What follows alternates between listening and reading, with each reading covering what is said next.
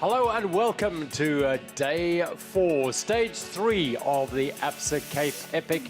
The 20th edition of the Absa Cape Epic has reached its halfway stage, and it is a transition stage as the riders leave Saronsberg in Tilbach after 2 brutally hard days and ride to Wellington. They're taking in along the way the historic old Bainskloof Pass. It is going to be a day of tough riding for all these riders, particularly in the first half of the day, which could create some splits and separations.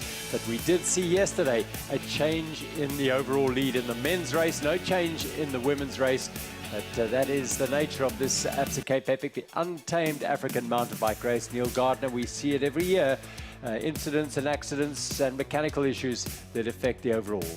Well, we're set for another classic edition, the 20th edition, and already playing a role are those mechanicals, are those difficulties that the riders have out in the field, and we're going to be seeing even more exciting racing. We're looking back at the historical, at the facts and figures. There's not been a race this close after stage 2. So we've done 2 full-length stages, and we, of course, did the prologue on Sunday. So 3 days in, and there's only 30 seconds in it between first and second. And almost as important is the third place team, who is well within reach, under 2 minutes in touch with the leaders. And that does tell us a lot, because it really shows us how deep the field is this year and how competitive it really is. And it's all very well having 2 teams vying for that yellow jersey, but it's also it's more complicated when there is another team in the mix so close.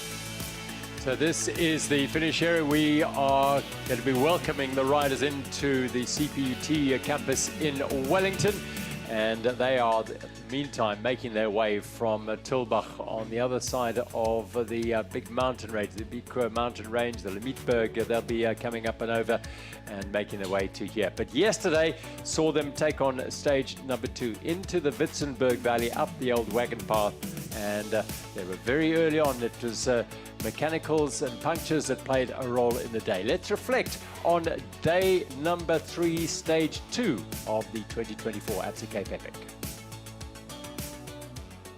The 20th edition of the Absa Cape Epic is in full swing. Traversing the Western Cape of South Africa, this 8-day stage race attracts the best riders in the world. With prestige like no other, Olympic champions, world champions, national title holders all gun for victory at the Tour de France of mountain biking. The Cape Epic must be ridden in teams of 2 and is open to pros, amateurs, men and women alike. This year, the bespoke course is 617 kilometers with 16,500 meters of climbing. To win this event is an accolade like no other, and for the amateurs, just to finish is a huge goal. This is the race that measures all. Today's stage 2 is a loop out of Saronsberg Wine Estate, leaving and returning on the legendary Wagon Trail. It's a brutal technical route, steep and rough. It takes riders up into the Witzenberg Valley. This stage has created many upsets in the past, and today will be no exception. At 97 kilometers, it is the longest stage of this year's Cape Epic and has 2,200 meters of climbing. On the start line in 3rd in the general classification is Baf Megamo, Hans Becking and Wout Allemann. In 2nd is Toyota Specialized 91, Matt Beers and Howard Grotz. And in the yellow leaders jersey is World Bicycle Relief, Nino Schurter and Sebastian Finney. Just 1.5 minutes separates these 3 teams. The start gun goes at 7 a.m. and the elite men teams fly off the start. It's elbow to elbow as they jostle for positions. The wagon trail is less than 10 kilometers into the race, and the team order will be crucial to the race tactics. The yellow leaders jersey is keeping an eye on the rest of the pack, and with Toyota Specialized 91 just 1 minute and 10 seconds in the GC, the pressure is high. The rocky terrain takes its toll on Sebastian Finney's bike, and he punctures at just the wrong time. A huge pack of riders overtake them while they quickly plug and bomb the tyre. Finney and Schurter are quick to repair, but they now need to try and make their way through the pack to protect their lead. The wagon trail gets steeper and rockier, but the leading teams are taking advantage of yellow's misfortune. By the time they go through the first time check, World Bicycle Relief are just over 1 minute off the pace. At the sharp end, Baf Megamo are putting in time at the front with Toyota Specialized 91, Villa Vittoria Factory and the 2022 champions Orbea Liet Speed Company with Gail Gega and Lucas Baum. Just 10 kilometres from the finish, Matt Beers suffers a broken rim. The South African champion knows the terrain well and is very used to quick repairs. The tyre loses pressure, so they bomb it and manage to limp back to Saronsberg. Buff Megamo keep driving hard. They're on their own for the last 30 kilometres and can now finally smell victory. The yellow jersey is slipping away, but Schurter and Finney are a class act. They chase back hard and limit the damage. Today's terrain is tough on the bikes and the riders. It has to be the perfect combination to come through unscathed. Not only does the bike have to be fit for the Witzenberg Valley, but the riders must also ride smart and not kill the bike. And the team to do that perfectly today is Buff Megamo. Alleman has had another fantastic day, and Becken can celebrate his birthday with a win. It's just over 4 hours and 5 minutes in the saddle, with temperatures nudging 40 degrees. Second to cross the line is World Bicycle Relief. Schurter and Finney have turned themselves inside out to limit the damage, but it's not enough. They have to surrender the yellow jersey. Third place today goes to the relentless Obeya Speed Company team. Georgega has had another difficult day, but they never give up. Fourth place today with a broken rim is Toyota Specialized 91. They drop from second to third in the GC. The men's podium for Stage 2 sees Obeya Speed Company on the steps for the first time in 2024. Second goes to World Bicycle Relief, and a convincing win for Buff Megamo, giving Becking and Alleman their first ever yellow leaders jersey by just over half a minute.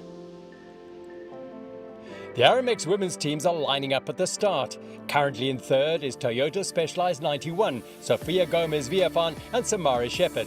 In second is Cannondale Factory Racing, Mona Mittenwallner and Candice Lill. And in the orange leaders jersey by 1 minute and 6 seconds is Ghost Factory Racing, Anne Terpstra and Nicole Kohler. The gun goes and the elite women make their way out of Saronsberg Estate. The temperatures threaten to soar today. The first casualty of the wagon trail is defending champion Vera Losa. She has a drivetrain problem and they pay the price, and at the first split the damage is more than 5 minutes. Just over an hour later, Cannondale suffer on the rough terrain.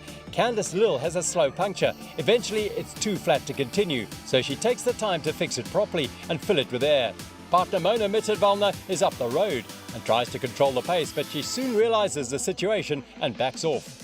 It takes them just 10 minutes to catch back up with Toyota Specialized 91 and Ghost Factory Racing. At the same time, efficient Infinity SCB SRAM have been chasing hard, and by 70 kilometres, all four top teams are there. However, Lossa and Skada have burned all their matches in the chase, so when the taps are opened on the final climb, they are dropped. After Lil's puncture, she has been riding with an overinflated front tyre, and it has taken its toll. She flats again and can't sprint for the finish. Ghost Factory Racing take the win. It's a hat-trick for the Dutch-Swiss combination at their first Absa Cape Epic. Cannondale Factory Racing are just 7 seconds behind, and Toyota Specialized 91 are third, 25 seconds off the winners. Stage 2 in the Aramex podium looks the same as the prologue on Stage 1, with Toyota Specialized 91 in third, Cannondale Factory Racing in second, and Anne Terpstra and Nicole Kohler from Ghost Factory Racing on the top step. They retain the orange leaders jersey for Stage 3, 1 minute and 13 seconds ahead of Cannondale Factory Racing.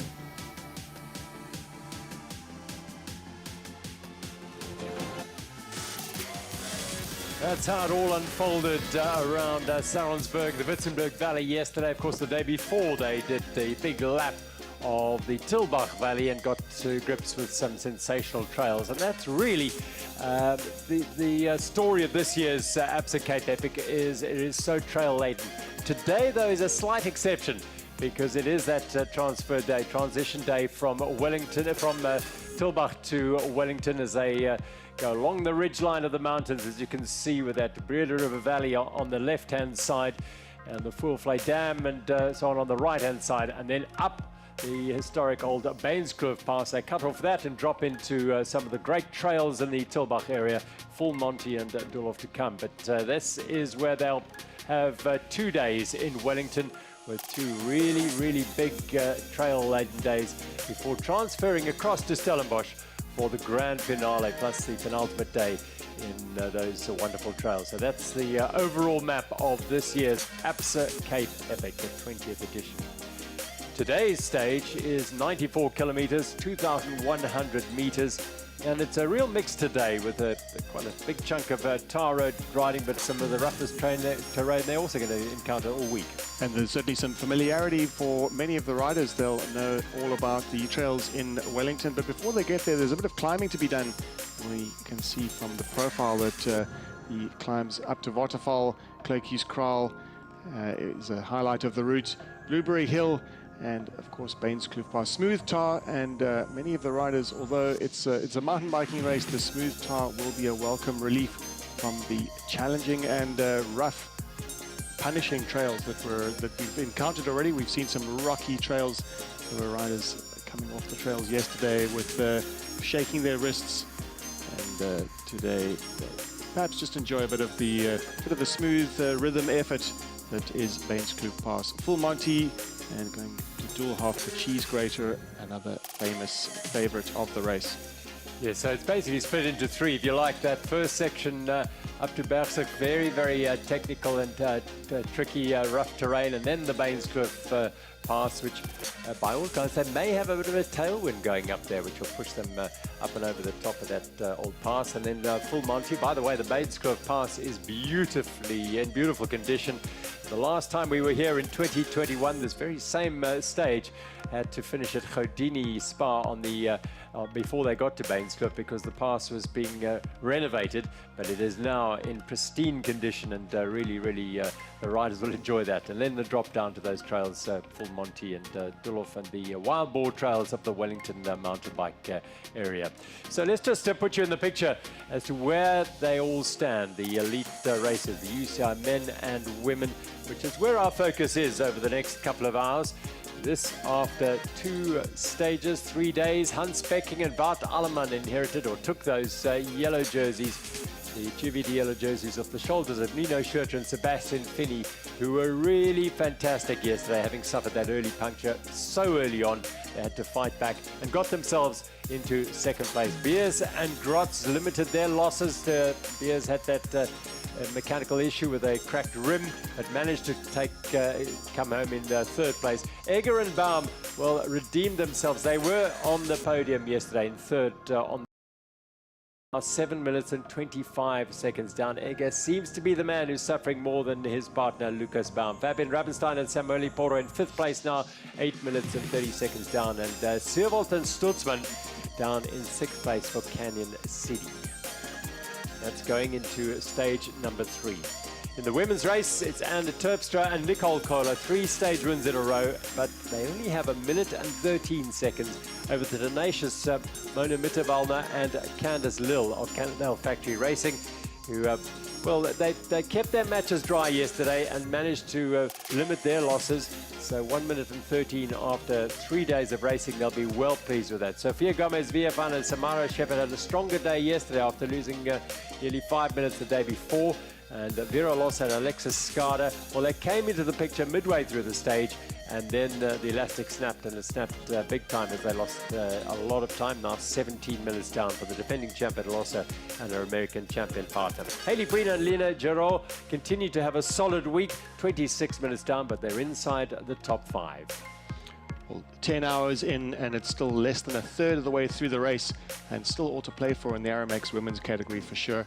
And 1 minute, so 1 minute 37, that gap is super small when it comes to mechanicals and incidents out on the trail. It can be wiped out in just as much time, but certainly in one stage, everything can turn around and fortunes can change. And even looking down to third spot, there is every chance that the specialized team can repeat.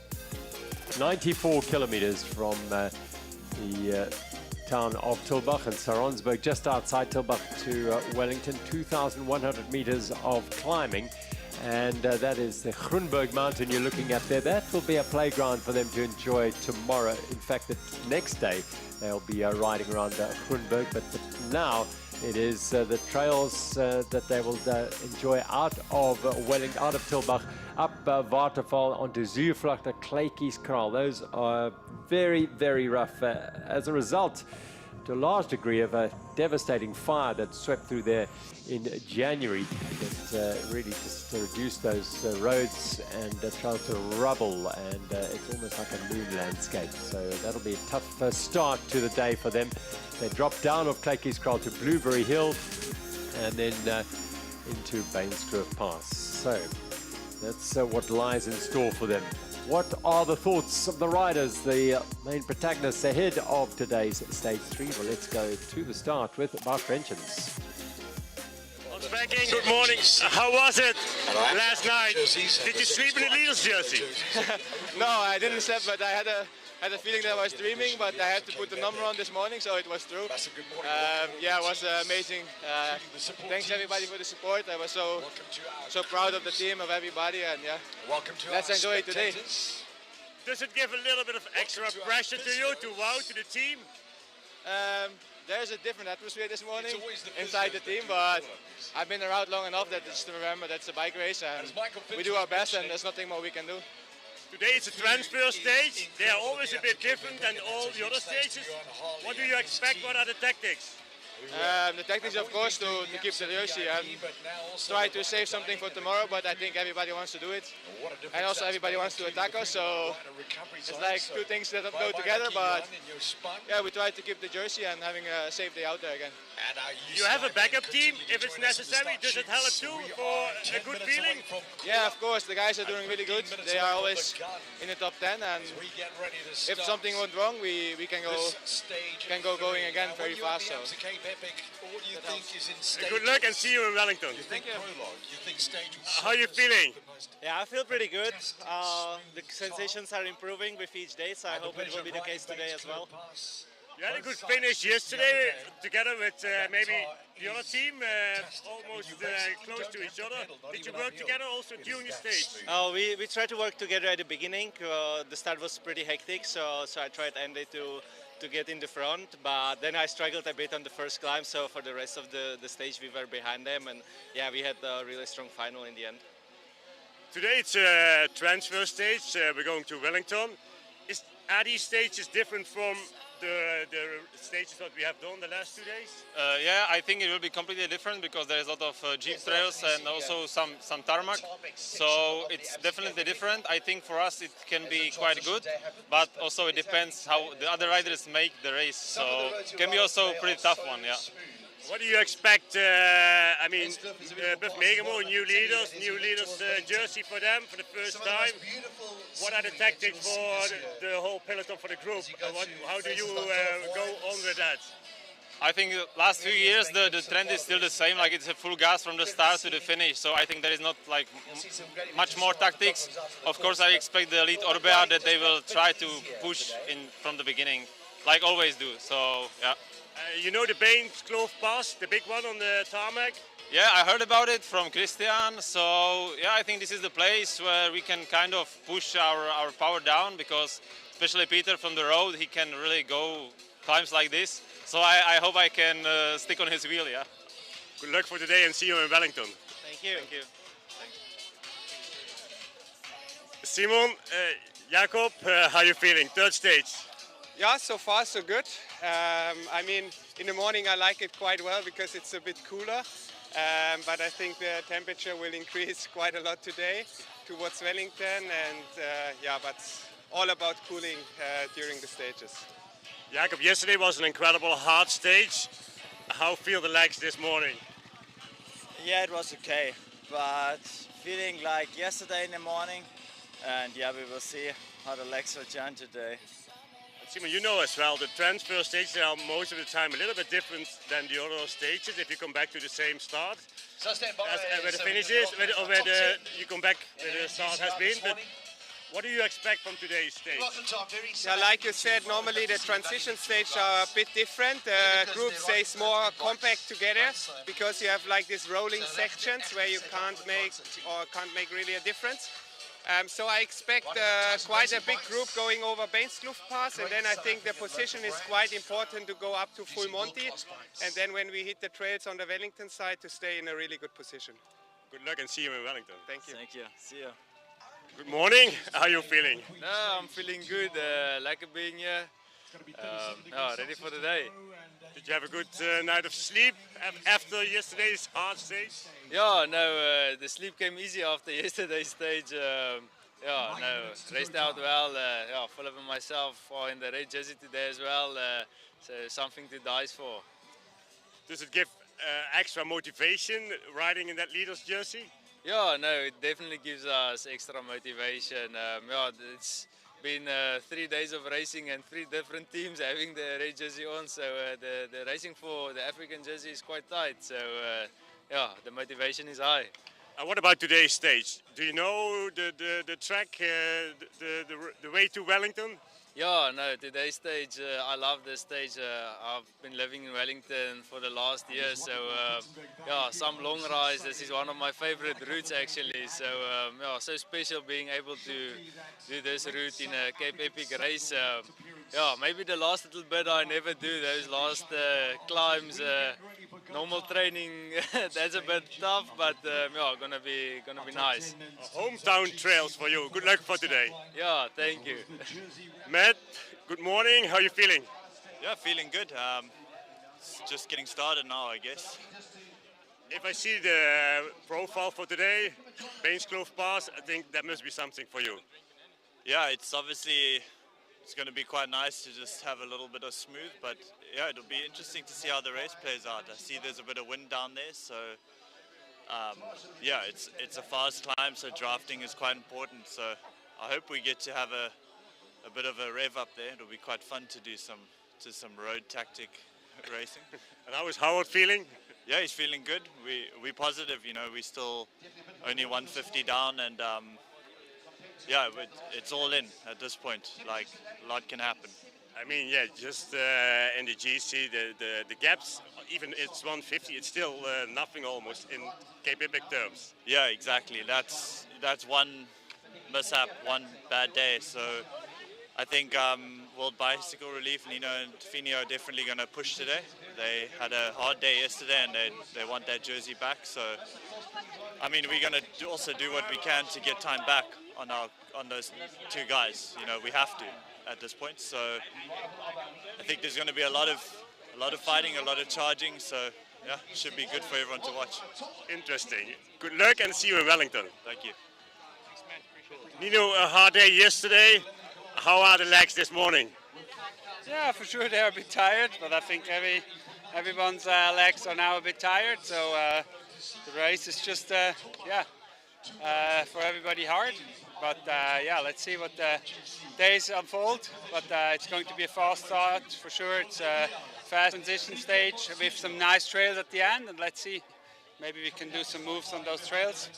The transition stage always means different kind of racing than you come back to where the start is, isn't it? Yeah, for sure. It's like mostly you do a bit bigger distance on gravel road and district roads, and especially today we have a big tar climb actually, and for sure going to be fast. But yeah, towards the end we still have some good trails and something we'll be looking forward to. And also Wellington I know quite well, so it's nice to come back to a venue I already know. So only 32 seconds in GC, it's almost nothing. Yeah, it's almost nothing. It's still wide open, but yeah, for sure there's no room for mistakes for no one of us. So we want to get a safe ride through, and if we see an opportunity, for sure we want to grab it. Good luck and see you in Wellington. Thank you. On the Absa, Nicole Koller, good morning. In the leader's jersey, how are you feeling? Good. I would say something else anyway, I guess. No, things are fine. We look forward to another day of racing. Looks like the team spirit is really high, to the motivation with each other, the smile on your face every morning. Yeah, we have also funny times and some joking, and yeah, I think that's pretty good. That's the secret. Yeah. And today, a transfer stage. These are a little bit different than the normal stages. What are the tactics for today? No tactics. No, maybe a little bit. I think it will get more exciting only at the end of the stage probably. I expect that we will be in a big group for at least half. So we just want to position well, stay out of trouble, and then get with good energy to the end. Good luck, and see you in Wellington. Thank you. Thanks very much. The early morning thoughts and emotions and feelings of the riders before they charged off the line at Saronsberg. This the men's elite batch heading off.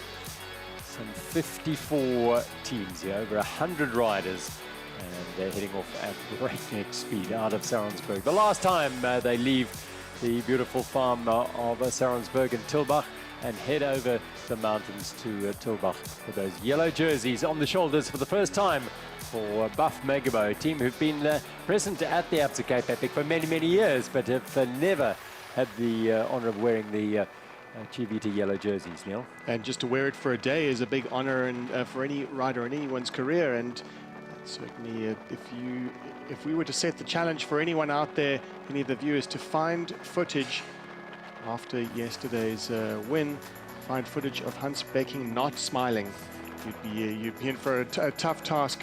He is he's been beaming since, and absolutely deservedly so. They had 2 fantastic days out, 2 stage wins, and a really solid prologue in 3rd spot, and they are on form. The combination is right for sure, and everything is going well for them on paper. And as soon as we say that, we need to be very careful, because how many times have we seen in this race the fortunes change so quickly? Fantastic day out for teams, and then the very next day, absolute disaster. So let's hope that they can break that spell. It's not necessarily a curse wearing the yellow jersey, but certainly a lot of pressure goes on those shoulders, and with anything can happen in the race, and often everything does. Lachlan Morton on the front here. Lachlan riding for the Easy Post Mani Pro team, and he's riding alongside Jordan Schleck Sekangwagi from Uganda. But they are some way down, the 47th place on their general classification at the moment. Lachlan Morton, a big exponent of multiple different types of styles of event, and great to see him here. Meanwhile, the road, they left that gravel road and started heading up towards the waterfall, the waterfall, the Afrikaans term for waterfall climb, and that would certainly challenge the riders. And early on, Beers and the Absa African leaders, Page Eurosteel, putting themselves in the front there. And that's a race, as you heard from Pili de Toy, that's been dynamic, because it had 3 different wearers, Buko, Honeycomb, and Page Eurosteel. We did predict it would be a fierce competition. It's turning out to be. Certainly, we had some difficulties on the trail by with the Honeycomb team. And having lost that jersey, they will still be in the hunt. They'll still be looking out for it. But Page Eurosteel, the veritable Philip Base, absolutely has been a feature on this race for many times. He's raced, in fact, with Nino Schurter, won stages with him, and other stages too, and he's a remarkable rider, and still at the very front end of the field. We say he's an evergreen. I think he's about 38, which is what Hans Becking turned yesterday. 37. 37 was it yesterday? Okay, so he's in his 38th year. So I'm going to turn now and introduce our co-commentator, as we see a faller back there. And I think it may have been Gail Gegg, I'm not sure, but I'm sitting next to a world champion and a rider who knows this trail very, very well indeed. Sabine Spitz, welcome. Good morning, Sabine. Good morning, Gerald. It's good to be again next to you and being part here of the commentary team. So you just got a quick glimpse there, and I don't know what your emotions and your feelings are, because you know this trail. You've ridden this stage before.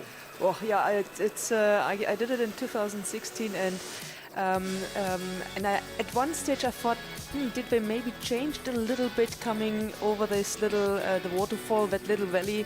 But the pictures we're seeing right now, it's still the same. Very familiar. It's very rocky, and it changes between loose rocks, water crossings, and then deep sand. So it's quite a challenge for the riders. Well, the challenge was taken up by the pair of Becking and Alleman, and they put the hammer down, as was suggested earlier in these interviews. And Nino Schurter was the man to go with them, just to say to them, if you want to try and get away, you're going to have to take me with you. Great show of dominance there, Hans Becking, and I mistakenly corrected you, Gerald. He is in fact 38 years old, so Absolutely, coming into the peak of his career, wearing the leader's jersey, the Chivita leader's jersey, the yellow, distinctive yellow jerseys. And they are they're making that jersey proud. You just see from the climb, the cadence and the speed, you know, you can then tell very much how steep it really is. Beers and Grots are there. Sebastian Finney in the red jersey, the Danish champion, and of course the yellow jersey. Grots just off the back there, and there is Nino Schurter, Sebastian Finney's partner. One thing you will see is that the terrain is almost like a moon landscape. It got devastated by some terrible fires in these parts in January. Hundreds of thousands of hectares of fynbos and farmland burnt. Many of the farms in the Breda Valley were under serious threat. Some farmhouses burnt down as well. So devastating time, but now the riders are riding through this landscape. It just adds to the drama of the scene, doesn't it? So up the steep climbs, it's rough. It is the surface of the terrain that determines how hard it is. Now, Canyon SIDI are latching into this bunch here. So we're seeing them there, but the yellow jerseys are showing their dominance early on. And just on the tail of the yellow jerseys, Andreas Seewald, former world marathon champion, and today and this week he's wearing the national championships jersey of Germany, and riding with Mark Stutzman, who happens to be the national champ of Switzerland. So an illustrious pair coming to the race, and certainly with the pedigree and the firepower that is necessary to win. We haven't seen huge results from them yet, and we did say earlier on that we expect to see more from them later on in the week. They are marathon specialists, and still all to play for in the field. If we look back, even at if we look at Speed Company, they are just under 8 minutes back currently off the general class, off the yellow jerseys. And when they won in 2022, they were that deficit was even bigger. So I'm sure they haven't lost hope. They'll be looking down at those stats just like we are, thinking that they have every chance of improving on that and every chance of winning. And if you were to count that as a fact, which is perfectly valid based on the statistics, you could say that there are at least 5 or 6 teams still in the mix. What an amazing scene, isn't it? These riders making their very slow way up this trail, and then the drop down out of Kluitjeiskraal on after the Zuurvlakte section. Once they've come off that trail, it gets quite fast this stage. I think that first section would be perhaps the slowest of all today. Yes, they've got the Bainskloof Pass, but that will be done fairly quickly because it's of course on tar. So the men chasing down the mountain now. It's like the red jerseys of the Absa African leaders there. And that race, yeah, it is fascinating how that race is turning out. Just 4 minutes between the top 4 teams there. Paiga, as well as Toyota Specialized, Miller and Van Sale, Imbuko, Zuurvlakte Boerta, and Honeycomb Britson and his partner Tristan Norkier. Back to the front of this men's race, climbing steadily, slowly towards the summit here. Really, this terrain, Sabine, I mean, you know what you're going to get, you know what to expect here, but you've got to be very, very vigilant, very focused. Yeah, absolutely. And you see that just also with this fire who went through here, and then it's like then probably also maybe some winter rain which we had in this area. So it's rutted. There's a lot of loose rocks, and you have to be very focused and be alert that you might also have to jump somewhere over a red also.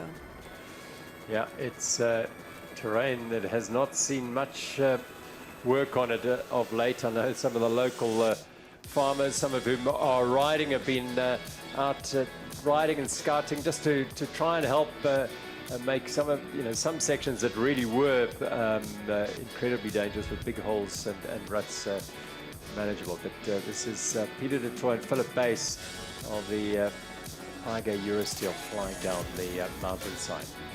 Back to Saronsberg just after the men. It was our elite women's race heading off there, and how impressive have Anne Terpstra and Nicole Kohler been, Sabine. They really, in their first Absa Cape Epic, have settled into it incredibly well. Yeah, and I guess sometimes it's better just go into a Cape Epic without big expectations, not in a way have really like this orange jersey as big goal. Just go with the flow and see it and take it day by day. Which is exactly what they're doing. They've won all 3 stages, which is a pretty decent start. Rena Little Swab and Natalia Fischer on the front here, the Scott Calamandida Bulls. And then Samara Shepherd, Sophia Gomez Villafan. A little frustration from her yesterday that there wasn't a little more pace in that lead group. I guess probably, especially if you are, have already a little bit time left. So in the general classement, that you also try in a way you don't want to lose more time, or you want to in a way also keep your position.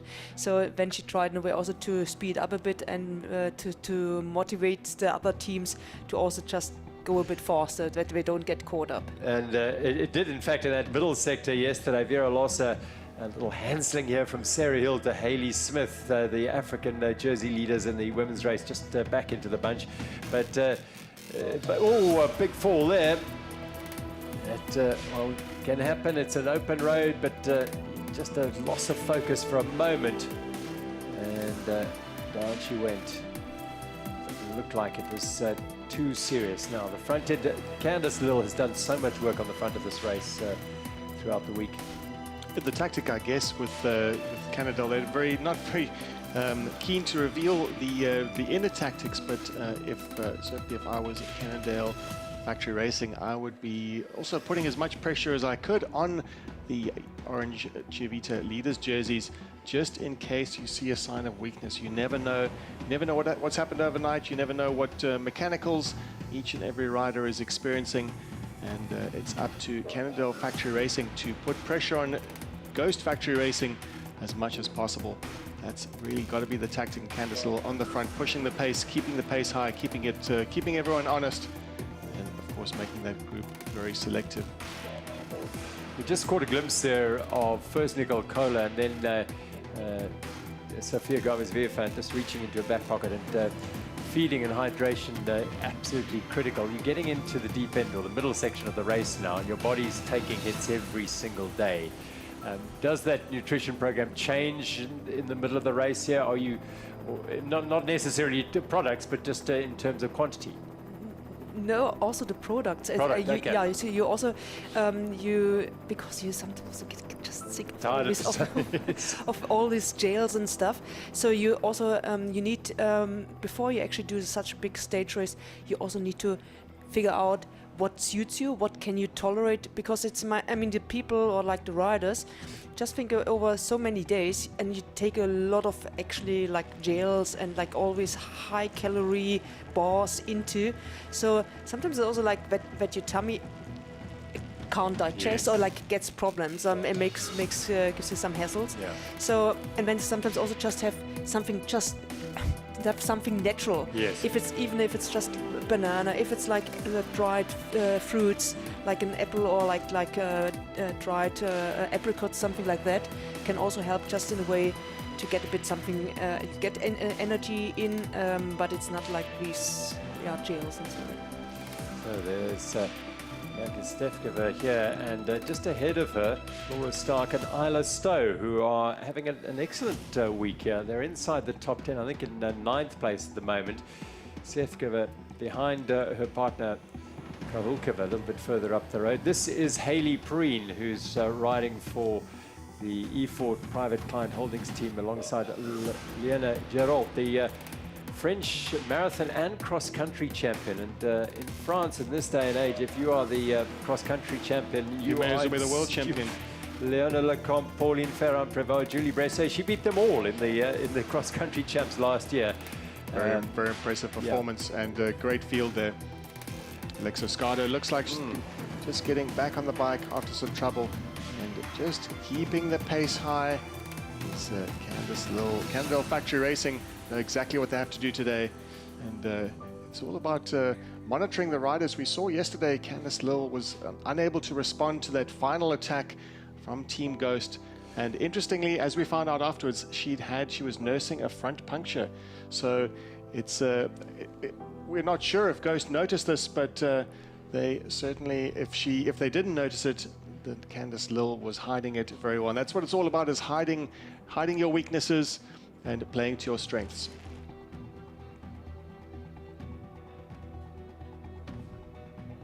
I'm a bit worried about today. It's been a very tough start to the epic. Yesterday was a lot harder than the profile said.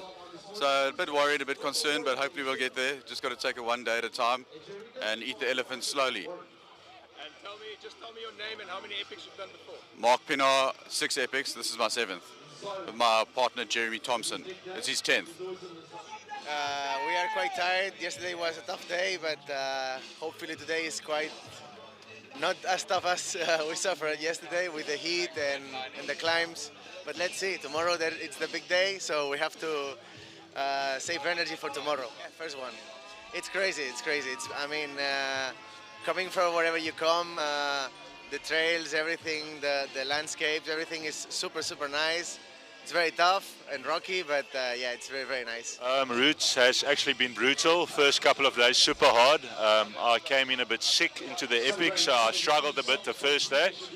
But I am recovering, so yeah, awesome. We're from Salt Rock, Belito. I've done 5, and Greg's done 2. Yeah.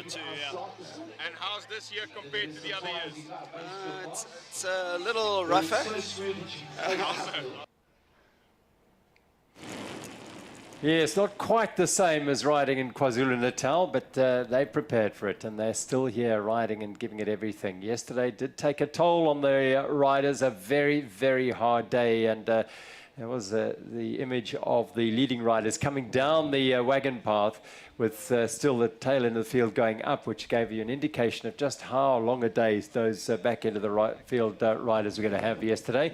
And yes, there were some who didn't make it to the finish, but that is the nature of this very, very hard race. The race that measures all and that lives up to that moniker every year. Buff Megamo at the 45-kilometer time split, which is at the base of Bainskloof, pretty much at Bergsig Wine Estate. They are leading the field. And just a minute all the way down to, pointed out very smartly by Sabine, to number 9, World Bicycle Relief. So there are perhaps some issues there, I don't know, but 59 seconds down on Nino Schurter and Sebastian Finney, the former yellow jerseys. Yeah, so we had, after yesterday's stage, we had in the general classement, we had 31 seconds a gap. And now there's another minute or 59 seconds to that. So, yeah, I almost believe there was an issue. Well, they had an issue early yesterday and rode themselves back into the picture, although they weren't able to rescue the yellow jersey. But key there, Buff Megamo in the leaders, Alleman and Becking, have their second team just a minute behind them, which could be crucial for them throughout this race. That is one of the most telling things about the split time, is that very much in touch, Buff Megamo 2, ready to lend a hand, lend a wheel or equipment to Buff Megamo. They've left nothing to chance this year and very much in charge of the race so far. And we always say so far, but if we look at that list, there is one team that is significantly absent, and that is Willia Vittoria. Vittoria Porro and Ravensteiner seem to have had mechanicals out on the trail. We'll get more information as soon as we can, but they are not in that top 10, worrying for the all-Italian pair. In the Aramex women's race, Cannondale Factory Racing, Candice Lill and Mona Mitterwalder setting the pace, but they've got company with them in the Ghost Factory Racing pair in the Chivita Orange Leaders jerseys, and Toyota Specialized at 91, Samara Shepherd and Sevilla Gomez VF1. Efficient Infinity SCB SRAM, Vera Losa and Alexis Skada, 3 minutes 19, and just behind them the E4 Private Client Holdings pair of Haley Breen and Leona Gerol. Who've had a fantastic day, or fantastic week so far. They've been proving that they're able to ride with the very best until the action really starts. But of course, 3 main teams, and it's a familiar picture we've seen all week. Cannondale Factory Racing, Ghost Factory Racing, Toyota Specialized 91, and when the stage reaches Bainskloof Pass, it'll be interesting to see how if they do stay together, and when they hit the trail network, just if anything develops between these 3 riders. in terms of the racing.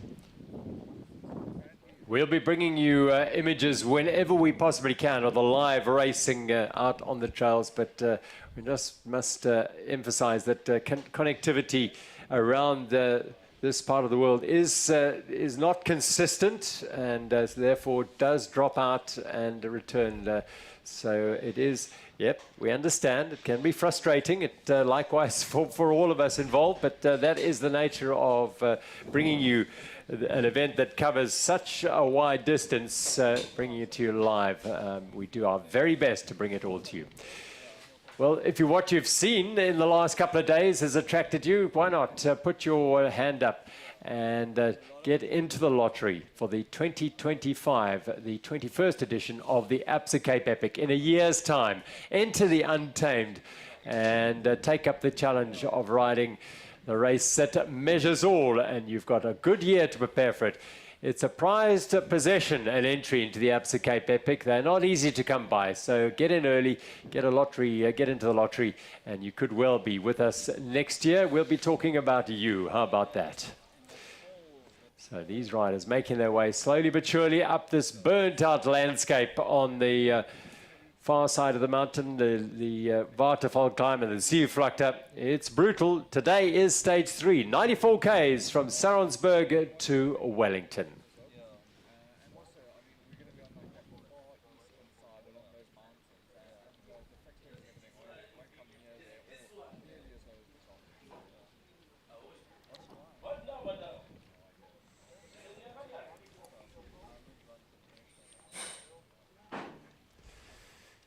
Slow and steady, as you heard one of those amateur riders talking about. Slow and steady, you'll eat the elephant in that way. Well, that's what it's about today. For the vast majority of this field, just ticking them off and getting through another very, very tough day. That is the map as we look at it now, heading towards the finish at Wellington, which is at the top of the trail here. The Toyota Tough section comes at Blueberry Hill around about the halfway mark before the Bergsig water point, and the top teams have already passed through there. They are going very fast indeed, and they'll no doubt soon be on the Bainskloof Pass. Beautifully smooth it is now, and an opportunity to really pin your ears back and gun it up that pass. So the Bergsig water point, which is Jesse Nixon, you can see the leader, the media e-bike, Bull's media e-bike with the women's race.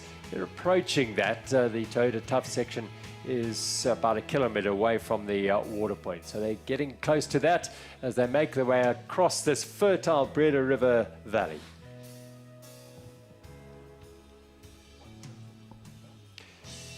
And then it's a trails opportunity on the other side of the mountain when they get to Tilbach, and over the next, well, a little bit of today, half of today, because Full Monty gets taken on Dulhof and Cheesgrater. They're going to explore some of the most incredible trails in the Wellington area.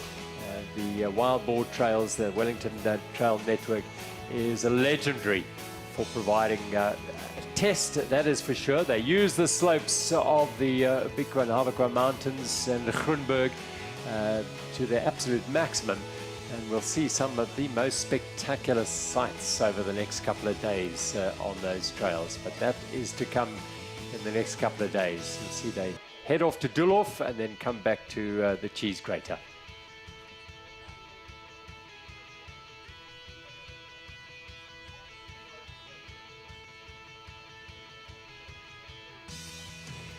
Look at the route map. That's a live image of where Jessie Nixon, you see, is our media e-biker. She's with the women's race, the Aramex women's race, as they are making their way towards the Toyota Tough section at Blueberry Hill Farm. And then it is the water points number 2 at Bergsig at 47 kilometers, and then they head up Bainskloof before branching off that and into the trail network around Wellington. Just to recap how the race was at the start of today and how it set up the general classification. Hans Becking and Wouter Alleman took the yellow jerseys for Buff Megamo, their first time as a team. They inherited or took the yellow jerseys from Nino Schurter and Sebastian Finney of World Bicycle Relief, who'd won the prologue and retained that yellow jersey by their victory in stage number 1. And then Matt Beers and Howard Grotz. In fact, they were second in stage 1, beg your pardon. Becky and Alamo in stage 1. Beers and Grotz in third place. Egger and Baum, the 2022 champions, looking to claw their way back into the picture today. Fabian Ravenstein and Samuel Pora, 8.5 minutes down, suffering today. We seem to think they're not in the top 10 as it stands now. Andres Zuurvlakte and Mark Stutzman of Canyon City will look today to see if they can make further inroads into the top 5. The Absa African jersey is fascinating. We've had 3 different teams in this jersey, and one of those isn't even in the top 3 at the moment. Yesterday, Team Honeycomb, Mark Pritson and Tristan Norkier were in the leaders jersey, the Absa African red jersey, and they had multiple mechanicals, punctures and drivetrain issues, and lost copious amounts of time, which put Philip Bass and Peter de Toy, Page Eurosteel, in the leaders jersey by 2 minutes and 19 from the Toyota Specialized pair. Alex Miller and Johan van Sail, the Namibian champion, and a man who's had a very good year. He's the road race champion from Namibia. He won the Outakwas and the Tankwa Trek this year. He's in great form. And Johan van Sail is a highly skilled and talented young man who's making great inroads, has just joined the Specialized camp this year. And then Marco Joubert and Wessel Buerter held the jersey after the prologue. They had a great ride in the prologue, finished in 4th place there. They are now in 3rd place, and well, Team Honeycomb will be in the picture. You can bet today if they have a clean day, they'll be going hard to try and regain their lost time for sure. And Terpstra and Nicole Kohler continue to their hold on the women's Aramex women's race, having won all 3 stages. Having done that, though, they only lead by 1 minute and 13 seconds. And Cannondale Factory Racing have been riding a very, very clever and sensible race, as Neil has been alluding to through the last couple of days. Cannondel's spoken about the process of getting through this race, and you don't focus on winning. It is just a process, and if you complete the process in the best possible way, you'll be in the best place to win the race. But they've got a long way to go. 1 minute and 13 though behind Terpstra and Kohler. Sophia Gomez Villafan, a winner here a couple of years ago. She's alongside Samara Shepherd. 6:37, just hanging on there. That's not as big as it sounds or looks, considering that we are in stage 4 of 8. Vera Lossa, the defending champion, and Alexis Skada. Well, this time last year, Vera Lossa and her partner Kim Lecourt were fighting to stay in contact with the leaders. They ended up winning the race, so they know this thing can turn around very, very quickly. Preen and Liana Giraud in the 5th place, and Fischer and Lussel Schwab close out the top 6 in the Aramex women's race. That was prior to today's stage. Sarah Hill and Hayley Smith lead the Absa African women's competition by just 3 minutes and 42 seconds from young Danielle Strader and Steph Walters, with Nicola Freitas and Robin Williams of Cruise Control in 3rd place in the Absa African women's category.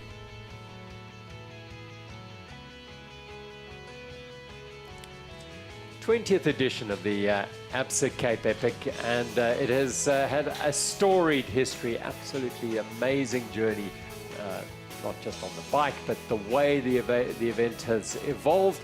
So we're going to look back to some of those early years on the Absa Cape Epic as we take you through today's reflection on the previous 20 years of the event.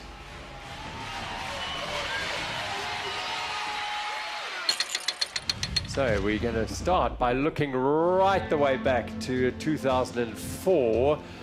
Well, how the sport has changed and how the event has changed. It was a point-to-point in those days. Well, that was the journey that we spoke about earlier on in the week. It's the romance of the journey from point to point, and the riders got to experience the massively varying terrain between Knysna and Cape Town. In fact, they finish in Stellenbosch, starting in Knysna and passing through some of the remote towns. Notably, they passed through George, which isn't that remote, but they also went through Carletsdorp, Riversdale, Swellendam, Greyton, Franschhoek, and then eventually ending up in Stellenbosch. And the winners of the entire race was none other than Carl Platt, riding with Marnie Hammonds, and the story of how they got together is an interesting one. They were riding another stage race, the Transalp, and they they became friends, and Mani said to Carl, well, let's just come. Have a nice race in Africa, and you can come and see what it's all about, and it'd be like a nice training camp. Don't worry, just arrive, just pitch up, and I'll take care of everything. And Mani collected him from the airport, and they rode the race, and the rest is history. There were precious few stage races in those days here in South Africa, but this was the template on which so many of South Africa's great mountain bike stage races have been built, and many of the owners, organizers of current races still in existence rode these very early years and got the taste and thought, well, we can do the same. 29er bikes, V-brakes and all the like. I mean, it was a different era, as you can see from our images as well. Sabine's got a smile on her face. 2004 was a significant year for you. You weren't doing this, though. No, at that time I wasn't thinking about the Cape Epic. An Olympic gold medal. Here is 2005, similar journey route. Christoph Sauser, Silvio Bundi. Yeah, well, this was the 2005. This is Christoph Sauser was racing this race, but he was racing for the Cannondale team, but the absolute dominant team. You'll see there the sleeveless jersey. We haven't seen that for a while, one of the evolutions of the sport.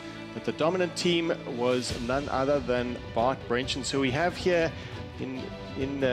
right now in Wellington with us on the line, waiting for the riders to arrive. But in 2005, he dominated the race with Roel Paulison, and they won virtual. Bart Brenchens crossed the line first on every single day. They were certainly as we said, the dominant team. But there was some challenges from Christoph Sauser. We saw him in his sleeveless shirt, just out sprinting Roel Paulison for a rare stage win for the Swiss rider.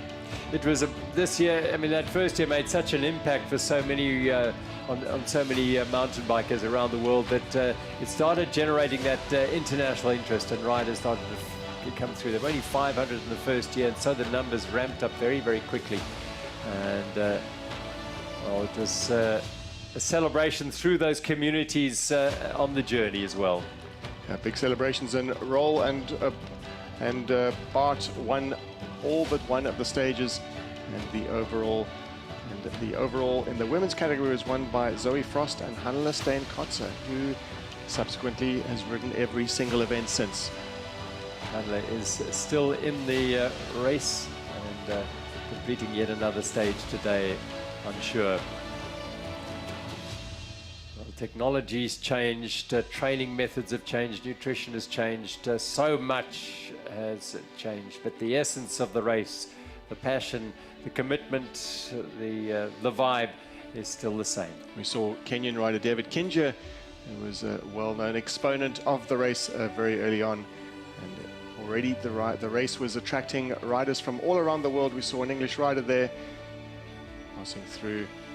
But again, absolute dominance from the giant team, Bart Brenchens and Roel Paulison.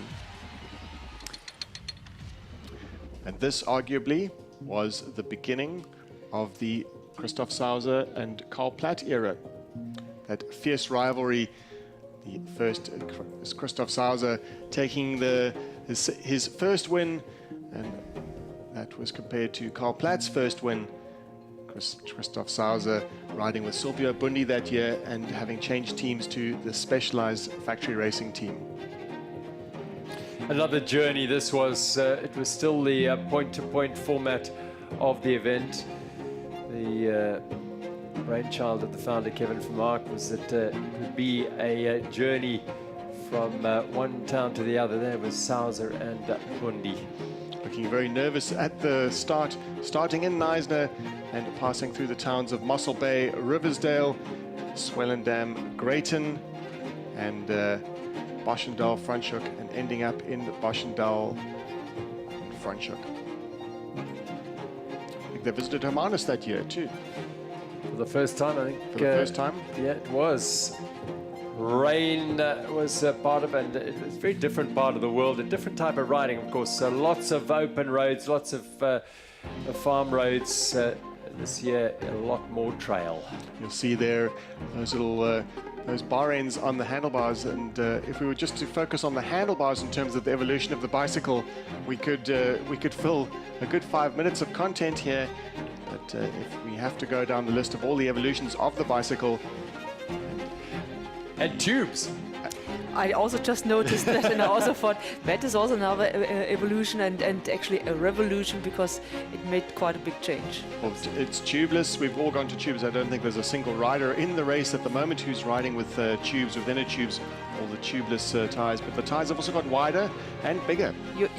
What you might have is that you ride with noodles, which also helps if you have a flat tire with the no tubes. Yet another evolution. We could talk about tires for 5 minutes too. So the bars have got wider, the tires have got wider, the frames are now made of carbon fiber, and very difficult time for the mixed team leaders.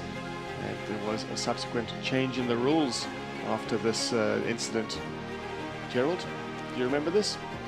There was still pulling allowed. That was where there was it was pulling. That's where towing was allowed, and in the mixed category, obviously with the stronger partner and the weaker partner dynamic, there was towing allowed, and it was disallowed after that incident.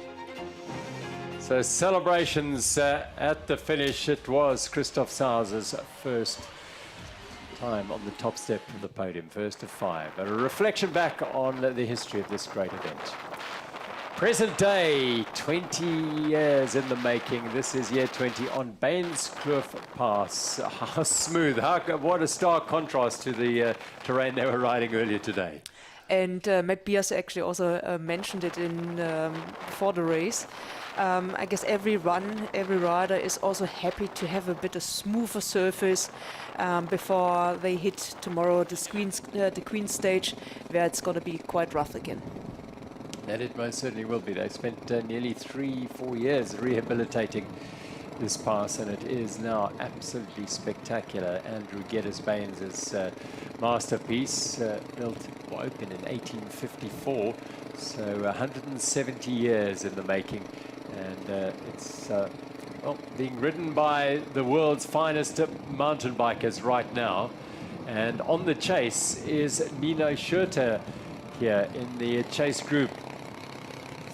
And if you watch a bit like also the plants or the bushes next to the road, it almost seems like that they have also a bit of tailwind, which also helps in a way to come a bit faster up here. I'm wondering also if maybe also our time schedule for the race gets a bit beaten, so that if we are going to be faster, but here definitely we're riding with quite a speed. Well, the schedule that Sabine's talking about, they are scheduled to hit the Hydro Point, the USN Hydro Point, at the 66-kilometer mark at 9:45, and already at 9:35. Currently, we'll be seeing them very shortly. Well, they're on the Wellington side of the pass, and as you can see from that, it is a valley, so connectivity very, very difficult at times. We did get some nice images of them flying down that side, and we will see them drop down hopefully into the valleys and back onto the trails of Full Monty, and then the Dulhof trails heading down into this little valley, the other side of Groenberg here in Wellington.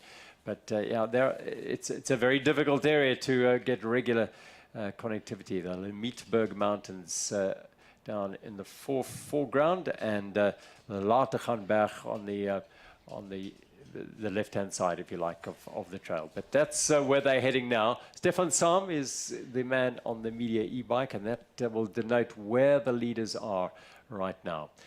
That's a view of Groenberg from here in Wellington, which is a beautiful part of the Boland area, and an area that these riders are going to get to know very, very well. That Groenberg mountain that will be part of the story of this year's race.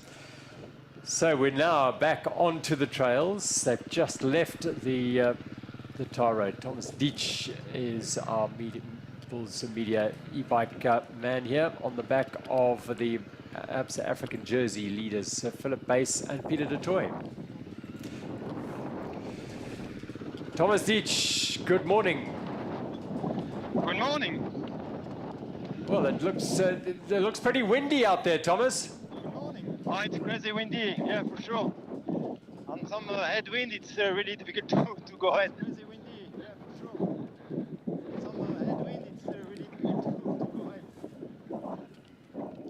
Now this group, where are we in the race here?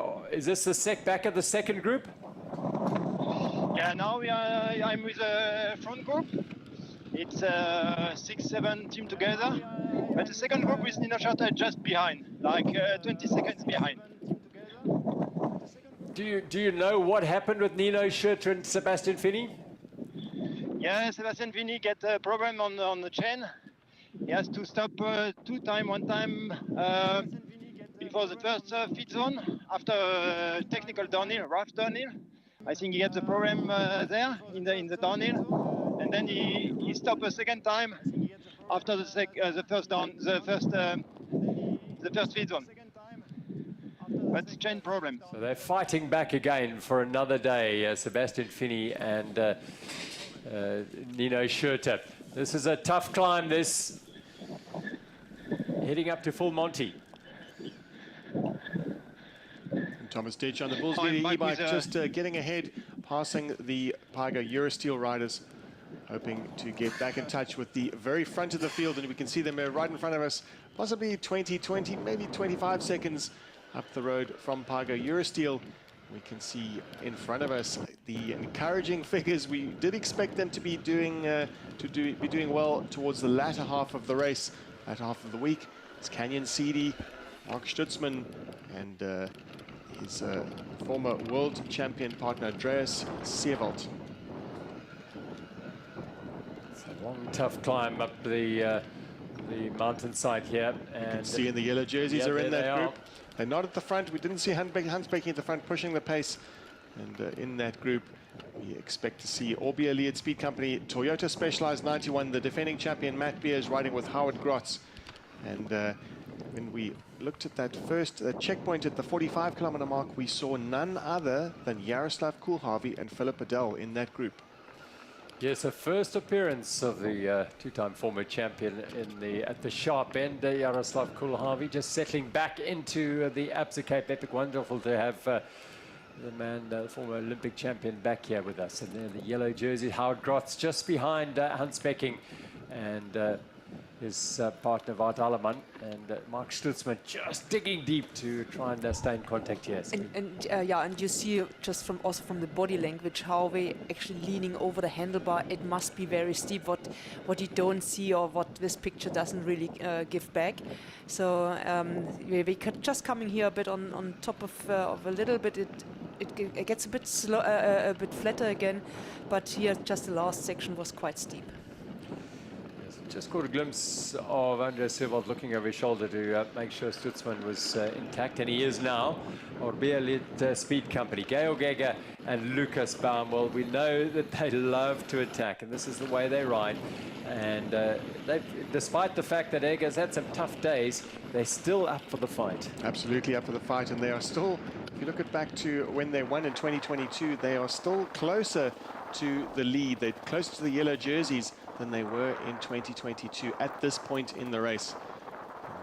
With Sebastian Finney and Nino Schurter now leading the way up this climb, and they're riding with the Willier Victoria riders seem to have recovered from their woes, although it is a worry as to what's happening with Sebastian Finney's bike and Nino Schurter. We heard earlier Sebastian Finney had issues, and Nino Schurter nursing his partner home, doing a great job.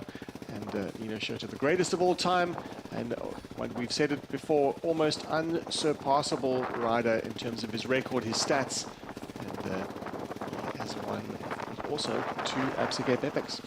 Interesting here, the Mbuko team are there, Marco Hubert and Wessel Boerta, and just caught a glimpse of Tristan Nokia just behind them of Team Honeycomb. So encouraging day for them. Yeah, the race is on for that Absa African jersey for sure. They know that the jersey's up ahead, not that far up ahead, and they can stay with the Nino Schurter group. They will find themselves in close contact. In fact, we saw Thomas go past Philip Bass and Peter de Toy to catch this group. So very soon I would suggest that they may all be together at the battle for the African jersey. Yeah, that's the thing about these trails right now, is there will be a bit of a concertina effect, especially as they hit that final water point at the 66-kilometer mark. It's a hydro point at the 66-kilometer mark, just water, and then the official full water point at 75 kilometers. Unsure whether they'll all stop, and we'll wait and see. Perhaps we'll have some of the riders going into the tech zone if any of them have had mechanicals and need to address them. But still very much all to play for. A lot of teams still in the mix. Buff Megama, Orbia, Liat Speed Company, Toyota Specialized 91, Matt Beers and Howard Grotz. Credit to Howard Grotz. We haven't seen Howard Grotz at the race since his victory in 2018. That was a long time ago in terms of the history of the race. So much has happened, and still he is able to ride at the very front of the field and to be an excellent partner to the 2 times champion and the defending champion Matthew Beers. Are you familiar with the full Monty, Sabine? Yeah, I also have done it, and but I also think that in between it also got a bit opened up, like there was also maybe also a bit fire also, but definitely it's from where we get off the road, it's quite steep, not super long but super steep. And then it's like another section where you also then actually get to the actually full Monty. Isn't it? Well, we've also got still to come Dulhof, which is down the valley. If you're looking at that image there, the red lines heading into the valley to the right, if you like, and they'll come back out of that and then head to the cheese grater and to the finish, which is a fairly long and fast descent down into the finish here in Wellington. That's the sort of conditions today. It's likely to be hot, very hot today, with the wind, as we could see and hear from Thomas Stitch. The wind could be a factor for these riders, particularly those making their way up Bainskloof, because it's a tailwind there. Here we go, down the hill here. Yeah. So in here, like in the forest, we're not affected by the wind. We're quite protected, and also when you get actually down in direction to Dulhof. It might be that in that valley, before we get to the cheese grater, so that they also get affected maybe a bit from some crosswind, because all the way back to that valley, they more on open roads, and they doing the cheese grater coming from the back to getting into these single trails.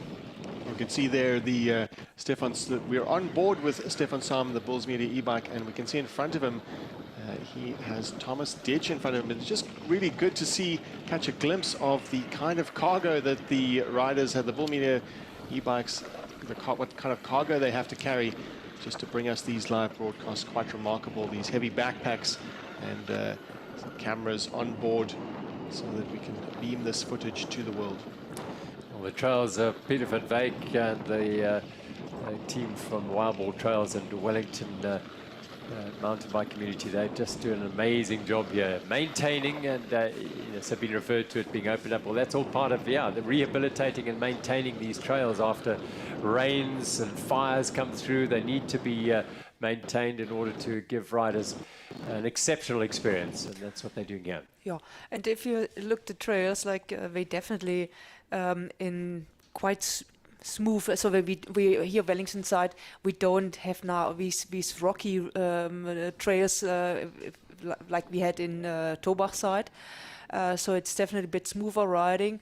I wouldn't say that it can be also still bumpy, but it's more from the clay soil, which is quite compact. So it's quite good conditions actually. They don't come much better than that, though. A beautiful, smooth tar road on Bainskloof Pass, awaiting riders coming down here. And this will be shortly before they leave the comfort of the tar road and head back onto the trails, which define today's stage, perhaps this last, say, 25, 26 kilometers on the trails of Wellington. On a day that's denoted as a 4-sprocket day today. So in terms of its intensity and toughness, it's not quite 5. That is coming. The Queen's stage will be tomorrow. And that is going to be a seriously tough challenge for every single rider in this field. And we'll soon be passing the 70-kilometer mark, which would mean that it's about 14 kilometers to go. So approximately 15 kilometers to go from this point. And riders will be heading towards Dulhof very soon, and we'll be able to get a time check just to get a proper roll call of where the riders are at that water point, just to see really one of the most important stories we're going to be looking to uncover is how far back World Bicycle Relief are at that checkpoint. They were a minute back at 45 kilometers, while they've covered still quite a lot of trails since then, including Bainskloof Pass. I was wondering where actually Matt Beers is. A couple of riders up ahead. There we go. Yeah, I see them. Yeah. Well, here we go. Becking and Alleman perhaps coming under a little bit of pressure here. We saw them in the beginning pushing the pace. Whether or not that was them going into the red, who knows? But every rider, every team in the race goes through a difficult time, a difficult moment, and the others absolutely can sense it. They are not waiting at all. Zuurvlakte. Who do we have here on the front is Andreas Zuurvlakte. He is a former world marathon champion, and obviously he's feeling strong. He will need to wait for his partner, Mark Stutzman, who is ready in the group, ready to pounce. And Speed Company Racing, of course, this is what we expected to see. Hans Becking and Wout Alleman just taking it in their stride. Alleman seems to be grimacing, hopefully not suffering from any kind of ailment, but he seems to be really under pressure at the moment. Yeah, so today it really seems like that he was so strong the last 2 days, like on the stages. And now it seems like that Hans Becking has to really pull him. And like you mentioned, his facial impression didn't look like that. This today it suits him. It's exactly what you were talking about yesterday, Sabine, and what happens so often in these races, isn't it? How you swings and roundabouts. One day one rider's strong, the other's not so strong, and it's that dynamic of getting each other through the difficult times. Absolutely. You work together, you try to support whenever the one partner is a bit weaker or needs support, you're there for each other. Well, this is the second group on the trail, and it is led at the moment by the Absa African jersey leaders, Philip Bass and Peter de Toy, heading into his hometown. Peter de Toy, having made the trip from the Northwest Province. And Nino Schurter is with them. Sebastian Finney is in this group, just behind him there. And the William Victoria pair are there as well, Ravensteiner and Porol. And good to see Sebastian Finney in very close attendance to Nino Schurter's back wheel. And Philip Bass maybe getting a bit of a deja vu. Philip Bass rode with Nino Schurter and won stages with Nino Schurter, so he knows exactly what he has to do. Stay on that wheel too, and it will be to their advantage because they do have the Mbuko team with them right now. The Paigo Eurosteel and Mbuko teams together. And Jaroslav Kulhavi and Fib Adela are in that group as well, the Superior Lions. So the lion is roaring back, is Jaroslav Kulhavi. Nice to have him back and at the business end of the race. What a thing to see Jaroslav Kulhavi on the podium once again. Hang on. There's a way to go, but yes, it would be amazing, wouldn't it? The Olympic champion from 2012, a world champion, one of the greats of mountain biking. His first years here, he was a nervous rider. He didn't speak a great deal of English, and he made his presence felt. And I think it was 2018 when he was riding with Harold Grotz. Yeah, so I mean, and this is also where I remember like that Harold, like I mean, Jaroslav and Matt, they have the same similar body shape and size, and that was this short Harold Grotz who was actually just trying to stay behind and hold on this rear wheel. And credit to him, he managed it. Absolutely. Now, we just saw that Orbea Speed Company going to the front, and I suppose the question is, how long will they last today? Every day they attack early, and then they fade it. But perhaps you try it long enough, and as often enough, it might just stick and work, and they can see off their rivals. Gail Geiger and Lucas Baum. They know no other way, well, as far as we've seen at the Absa Cape Epic in their third edition now. Every year it's been all-out attack, and they are aggressive riders. It's great to watch, and it's great for the racing dynamic. Well, look at the change here. We've got Hans Becking and Wout Alleman suffering, and we have not a new team. We certainly expected to see them at the front of the field. but Canyon SIDI are now the aggressors, and the riders on the back foot, certainly the yellow jerseys. And we need to look back to see where Howard Grotz is, because Matt Beers is able to stay in touch with Speed Company, or the Orbea Elliott Speed Company riders. But we have to look back to see if Howard Grotz is able to match that fierce pace set by the Canyon SIDI riders. We saw Andreas Seewald attack early on, and Mark Stutzman is ridden over the group and is now riding to get back in touch with his partner. Decisive moment perhaps here in the Absa African jersey, because this pair were well ahead of their rivals when we first started picking up the images after Bainskloof Pass, Peter de Toy and Philip Bass, and now they're out the back of this group, and there's no question that they are fighting hard to stay in contact here. Wessel Boert and Marco Hubert will sense an opportunity perhaps to get back at the Paiga pair. Remember, there is just between the Mbuko pair and Paiga 2 minutes and 27. Toyota Specialized, well, they've got other fish to fry. Alex Miller and Johan van Sale are riding in support of Matt Beers and his partner Howard Grotz, so they're not really focused on the African jersey. If it comes their way, they'll take it, but they're more focused on providing support, if needed, for the Toyota Specialized 91 pair.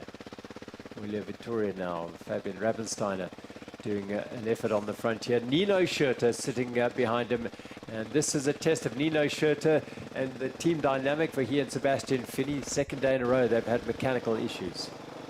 They certainly have, but all is not lost for them. They've managed those mechanical issues extremely well, and it happens to everyone. It happens to every team, where every single team in the history of the race has had a bad day.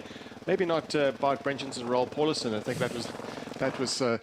that didn't happen that year. But just without joking aside, it's just part of the race, is that every team has a bad moment, a bad day.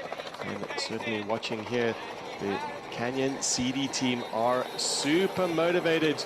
And Andreas Seewald, the former marathon champion and the Swiss champion, head into the next section of trails. Dropping down off Bainskloof Pass, they did the loop up over Full Monty, down onto the pass briefly, and across the road and in towards the Dulhof descent down to the Dulhof farm.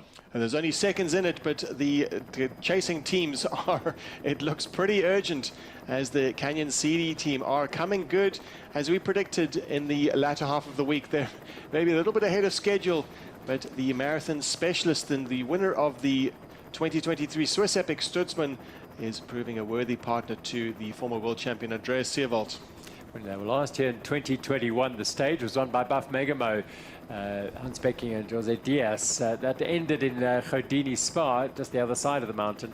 But on that day, Andreas Seewald and Martin Stosek were on a pretty good run of it. They were inside the top three and had to abandon the race due to illness. So they are looking to make amends today, the Canyon SIDI pair, but not much in it. What aggression that they've seen. They've already 10-second gap, and the riders behind are absolutely scrambling. They stretched out, and the team of Stutzman and Seewald are absolutely on a fantastic day. Yellow jersey is able to stay in touch with Toyota Specialized 91, and the race is certainly taking shape now, as we expect to see even greater things from the Swiss-German pair, and they are living up to their promise. Well, drama unfolding in the latter stages, as we thought it would in this year's stage number 3 of the Absa Cape Epic. 94 kilometers, the first 60 or so.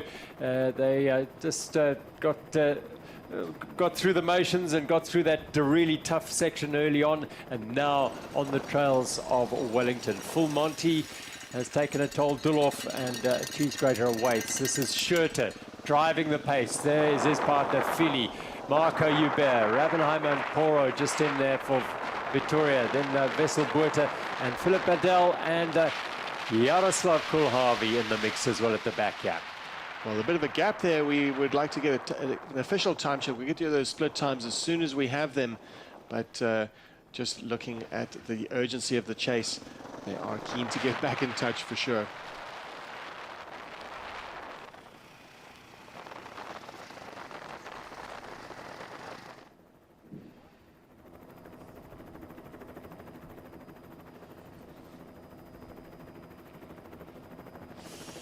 Well, it's fast and loose down this descent to the dirt road. plunging down into the Dulhof Valley. And this is the chase group, the second chase group. If you think that Canyon City are on the lead, and then the chase group, the second group with the yellow jerseys, and now this is the Nino Schurter chase group. So they're charging along. There's some other alternate trails that they may have wanted to run down, but they're following the route down the mountain. It's going to be a fantastic conclusion to this stage number 3. Canyon City have so much to gain in the race here because they've had a tough first couple of days. They want to redeem themselves. Zuurvlakte is a proud former world champion. Stutzman, as Neil said, a Swiss epic champion. And here is the next group of riders. And this is the second of the Canyon City teams, Martin Stosek, Peter Vakoc charging down. And I think that may be Johan van Zyl and Alex Miller may be behind them, but they are riding in support. And again, for Canyon City, they've got a team in close proximity to their number 1 team of Zuurvlakte and Stutzman up the road. Sketchy corner, that very loose and fast there. Got to just keep everything on the edge, but just enough so that you get through clean. It's about balancing the speed and obviously preserving your equipment and preserving life and limb, because some of these high-speed chases down these downhill sections can be very dangerous. And just looking at the overall general classification going into the stage, and we see that Canyon City were 13 minutes behind the leaders of Hans Beking and his partner. It's 13 minutes is still quite a big deficit. The leading teams, the yellow jersey wearers, won't be too worried about it. Buff Megamo, Toyota Specialized 91 either, or Beer Liet Speed Company 7 minutes back. They might be a little bit more worried because that podium spot may be under threat. They're heading into the Dulhof Valley there. That's that little hairpin heading up the valley. Another group plunging down towards Dulhof.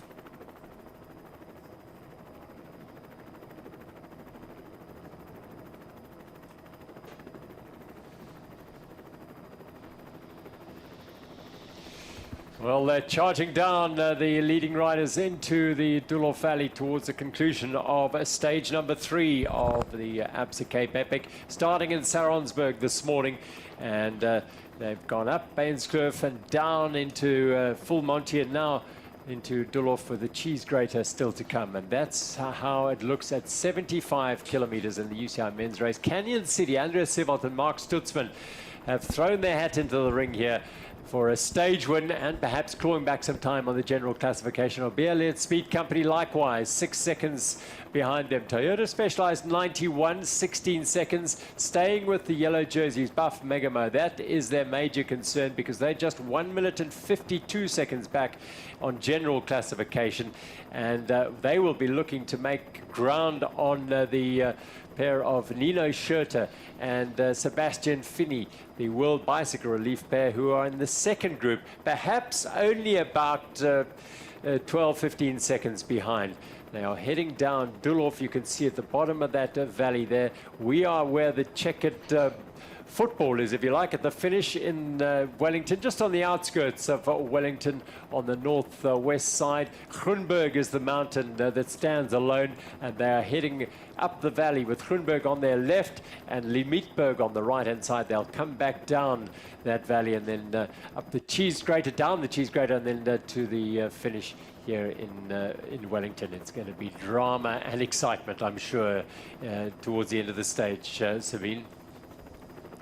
Yeah, it was definitely also nice to see that there was now a bit a shift also that the Canyon City team also now got back into the game, and just also to see a bit also new teams here in the lead and in the front. Buff Megamo 16, and there's World Bicycle Relief 2:14 at the 75 kilometer mark. I thought they might have been a bit closer than that. So well, Nino Schurter and Sebastian Finney have had mechanical issues. There are the leaders. And sitting on the back of this group with Howard Grotz and his partner Matt Beers of Toyota Specialized 91 will not want to let the yellow jerseys get away from him. Wow. the wind there. It might be helicopter wind, but I think that is the wind that's buffeting these riders out on the trails.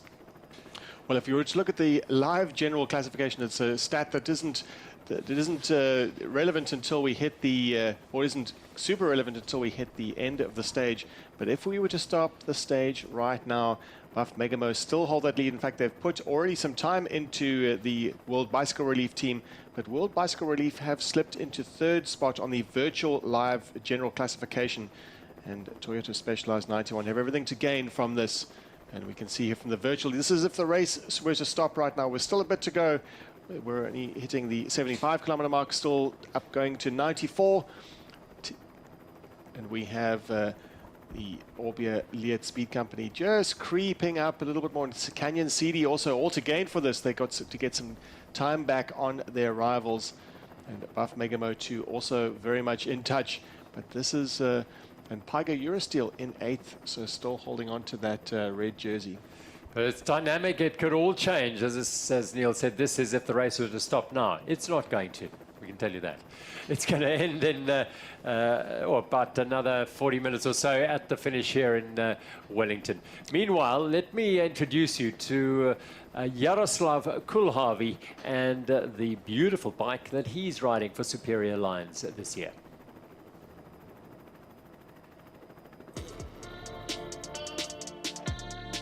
Jaroslav Kulhavi here next to me with his bike. Jaroslav, nice to see you here.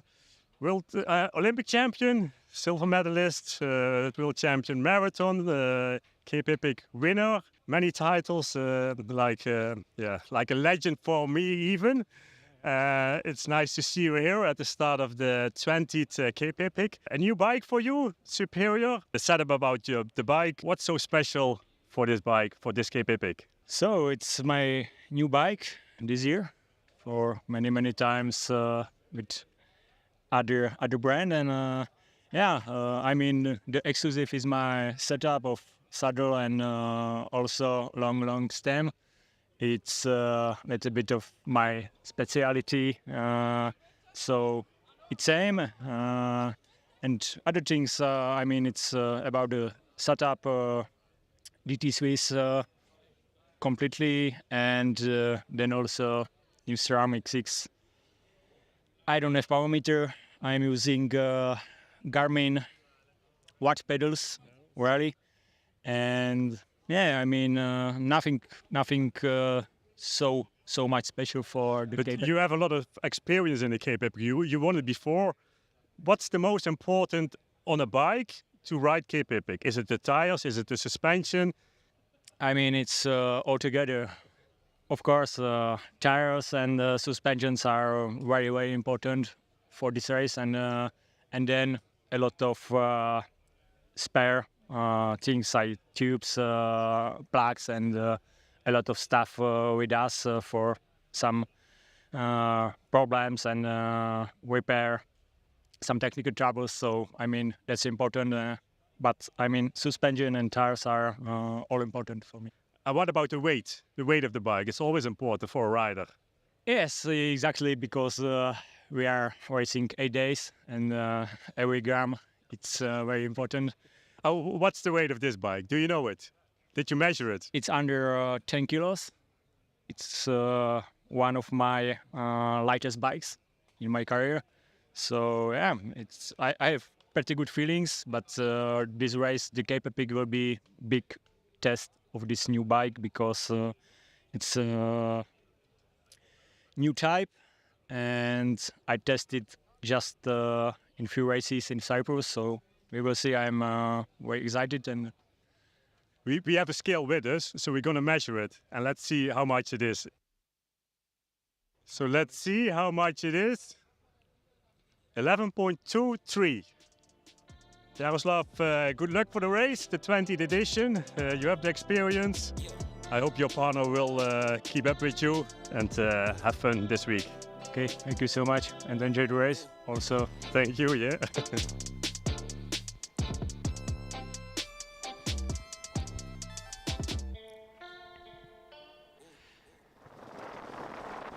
Surrounded by legends we are. with Bart Brenchen. So there's a legend sitting alongside me. She's getting excited as well. Sabine, the racing's on. Yeah, and I look just at these bushes, how the wind is pumping here. Yeah, it comes really here, some crosswind, and which makes it also quite hard. But it's definitely like cross or more bit from the front. Yeah, tough conditions. Nino Schurter has been on the front, driving the pace of this chase group. The Willia Vittoria men have been thankful for that, I'm sure. Likewise, Sebastian Finney.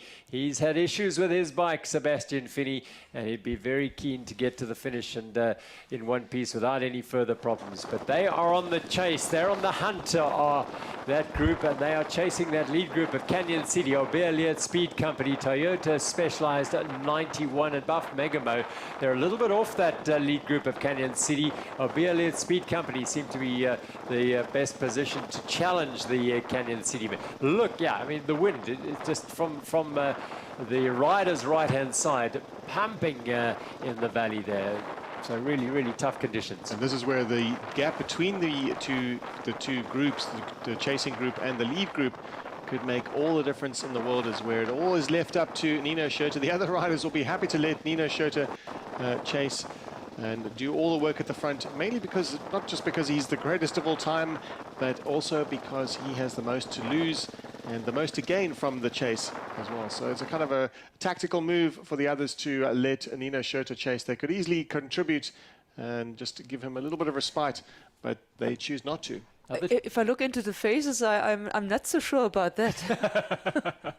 The other team in there, the Buff Megamo 2 team, Jose Diaz, the stage winner from this particular stage in 2021, and Enrique Vergara. So they are very well positioned to assist Hans Becky and Wout Alleman if they have any issues at all. They're only about 2 minutes adrift of them, which is a very handy position. And if there was an award for or if there was a trophy for the best backup team, they would certainly get it at this point in the race.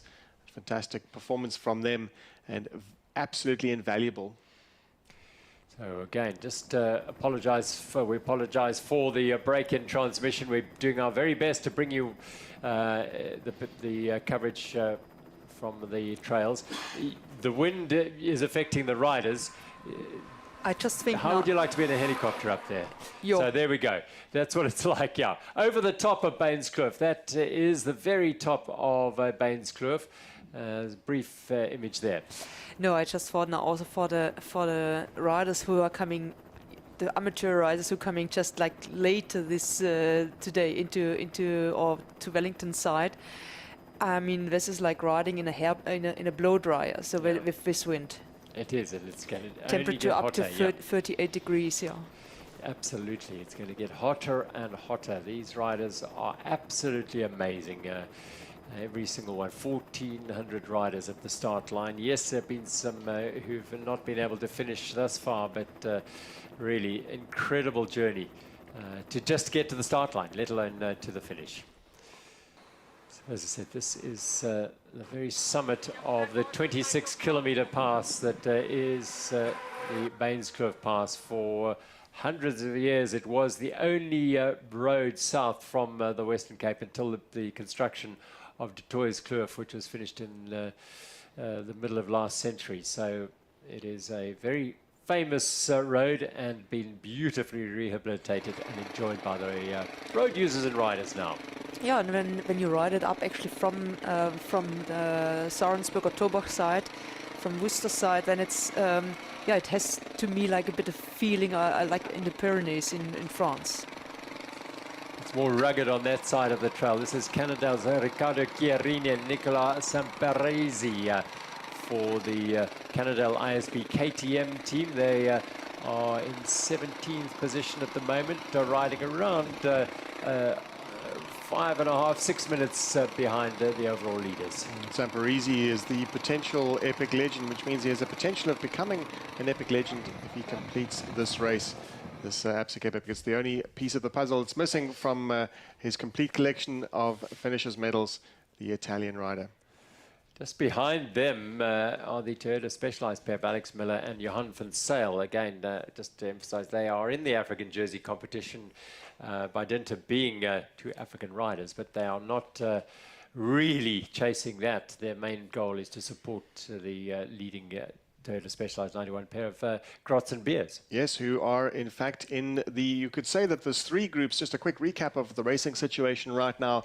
In the riders, the team that has accelerated and attacked out of the front group is Andreas Seewald, Mark Stutzman, Canyon SIDI. And they have, when we last checked, they had over a 15-second gap over the chasing team of Orbia, Liad Speed Company, Toyota Specialized 91, Buff Megamo, and 2 minutes and 15 seconds back off that pace, World Bicycle Relief, Willia Vittoria Factory, Imbuco A, and Buff Megamo 2, the support team for Hans Becking and the support team for Hans Becking and Wout Alleman, and also in that group, Paga Eurosteel and the Superior Lines team of Jaroslav Kulhavi and Philip Adel. Well, lovely to have them in the mix here, as Sabine was suggesting, to some new names in the mixes. As the race unfolds, teams lose a lot of time, but they also find their legs, and they target a stage and decide, well, this is going to be the stage we're going to have a go at. Absolutely, and it's maybe also it's on today's stage, which was with the smoother Bainskloof. Then it gives also the opportunity to teams to stay longer with the top teams or with the with the top group, and then they just try to make a move a bit later on, and we definitely also then trying to make at least one stage or picking one stage for and try to go for a win. And this is that group of the Cannondale Honeycomb are in there, D2 Monta Merida, Lubimor Petrus and Karl Hink in this group as well. So the Honeycomb Pro Cycling pair, Pritsen and Tristan Lokier. Women's race. Yeah. And well, it looks like we are as you were with the top three teams as they come over the top of the Bainskloof Pass, tuck in and go as fast as they possibly can and get into an aero position. Dropping, using also the dropper to make themselves even a bit more smaller and getting a less wind resistant. Isn't the dropper just the most amazing invention? It is. It definitely also for it helps riders who are not as skilled to get also in rough terrain, or if it's like loose gravel roads, to just in a way also get lower, and that you get you can actually push your bike better into the corners, and you have more stability on the bike. If you are watching and you are hovering and are a dropper skeptic, it really does change the way you ride, particularly on those trails, as Sabine was saying. That makes a huge difference, regardless of whether you're an elite professional rider or a newbie to the sport. They're amazing.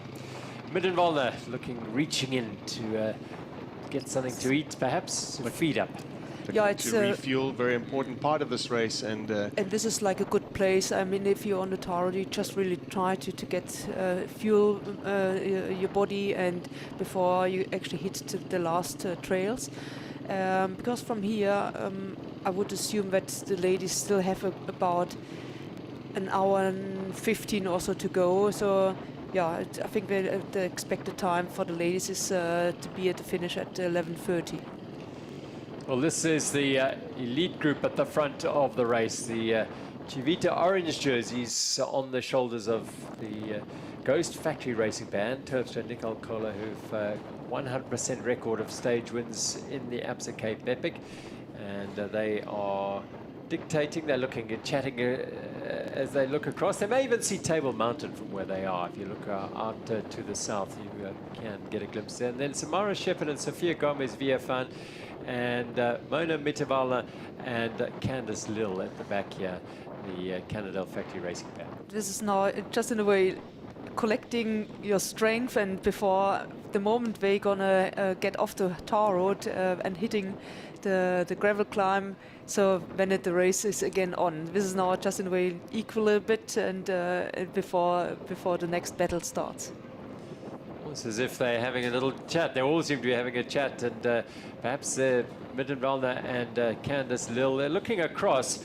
Either they are they're looking at the trail, or they're saying, yeah, that's Table Mountain, that's Devil's Peak, and that's Lion's Head, and over there, Stellenbosch. That's where we're going in a few days' time. I'm not sure if you see Table Mountain from this angle, but probably what we're gonna see is where we're dropping, we're going off to the left into Full Monty, and actually just a little bit down the road.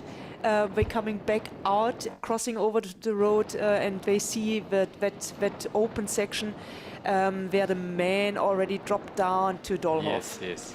So you see, probably eyeing out the trail to come. So it's actually, if they would carry on the road, it's maybe just 300-400 meters down the road, where we're coming later out again and crossing down to Dolhof. Yeah, they could just take a right and go down to Dolhof now instead. And have a glass of wine. Yeah, absolutely. So that's where they are. They're heading down the pass, and will be dropping shortly down to the big climb to Full Monty, and plenty more trail to come. The men, though, are in the further up the trail. You can see the cheese grater, which is the last graphic you can see on the red line down below the bottom of the screen. They are there and thereabouts, and heading towards the conclusion of this stage 3. It's going to be drama, it's excitement, because we've got Canyon SIDI looking for a stage win here to make up time on the GC. Well, that is coming. Let's now reflect on where else you can take your mountain bike. It does give you an opportunity to ride the globe on your mountain bike.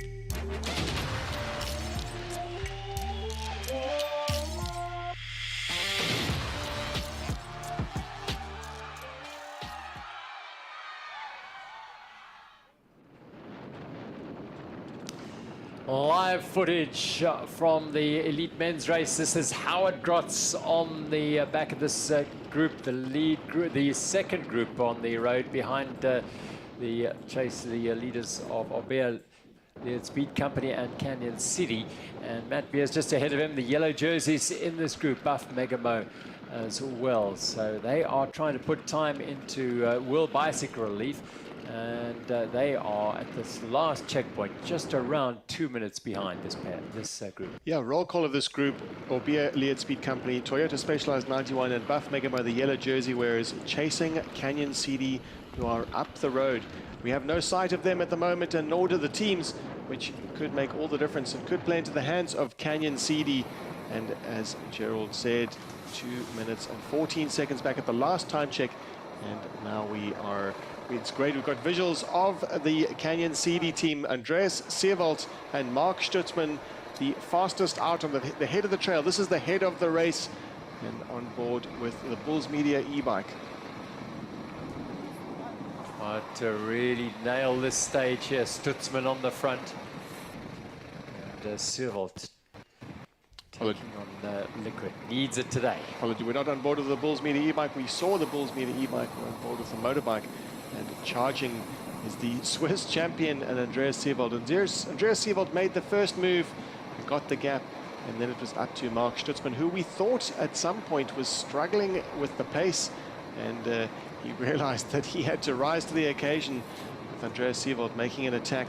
They are a bit behind on overall general classification, and at 13 minutes and 7 seconds behind the yellow jersey wearers of Buff Megamo.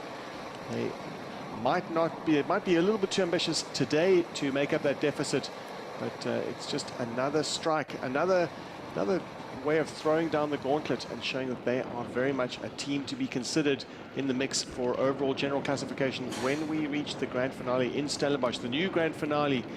And that is all to play for. 13 minutes may seem like a long time, but lesser deficits or more deficits have been made up in the history of the race. And some great teams still to play their cards. We've seen the pairing of Nino Schurter and Sebastian Finney dominant in the early part of the race, having mechanicals on stage 1 and stage 2. Hans Becking winning, and Wout Alleman winning stages 1 and stage 2. Fantastic performance from them, and their fortunes haven't necessarily changed. They're still very much in contention. We saw the grimace of Wout Alleman on the final climb, on the last climb that we saw up to Full Monty, but now they have breached the final water point. They've gone through Doolhof, and now the Sting in the Tail cheese grater, and they are with their ears pinned back and are heading home, but still very much in pursuit of the pair that have flown the Canyon SIDI team. Andreas Seewald, and driving the pace at the front is the Orbia Lead Speed Company. They don't want to give up that third spot, that they're looking for a third spot on the podium, and Canyon SIDI are very much threatening them for that position. And we're back with the women's category behind the Oceania champion Samara Shepherd, who's riding for the Toyota Specialized 91 team, and 3 teams very much in the mix here. And at that 45-kilometer mark, we saw the 3 teams in the mix: Ghost Factory Racing, Cannondale Factory Racing, and Toyota Specialized 91. A short way back was Efficient Infinity Insure and eFord Private Client Holdings. Well, we might be able to get on the trail opinion. Jesse Nixon on the Bulls Media e-bike. Are you with us, Jesse? Just tell us about the conditions and what it's like out there.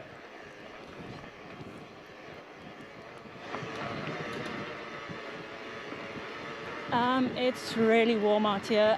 We've just come off Bainskloof now, and the tar was really radiating some heat.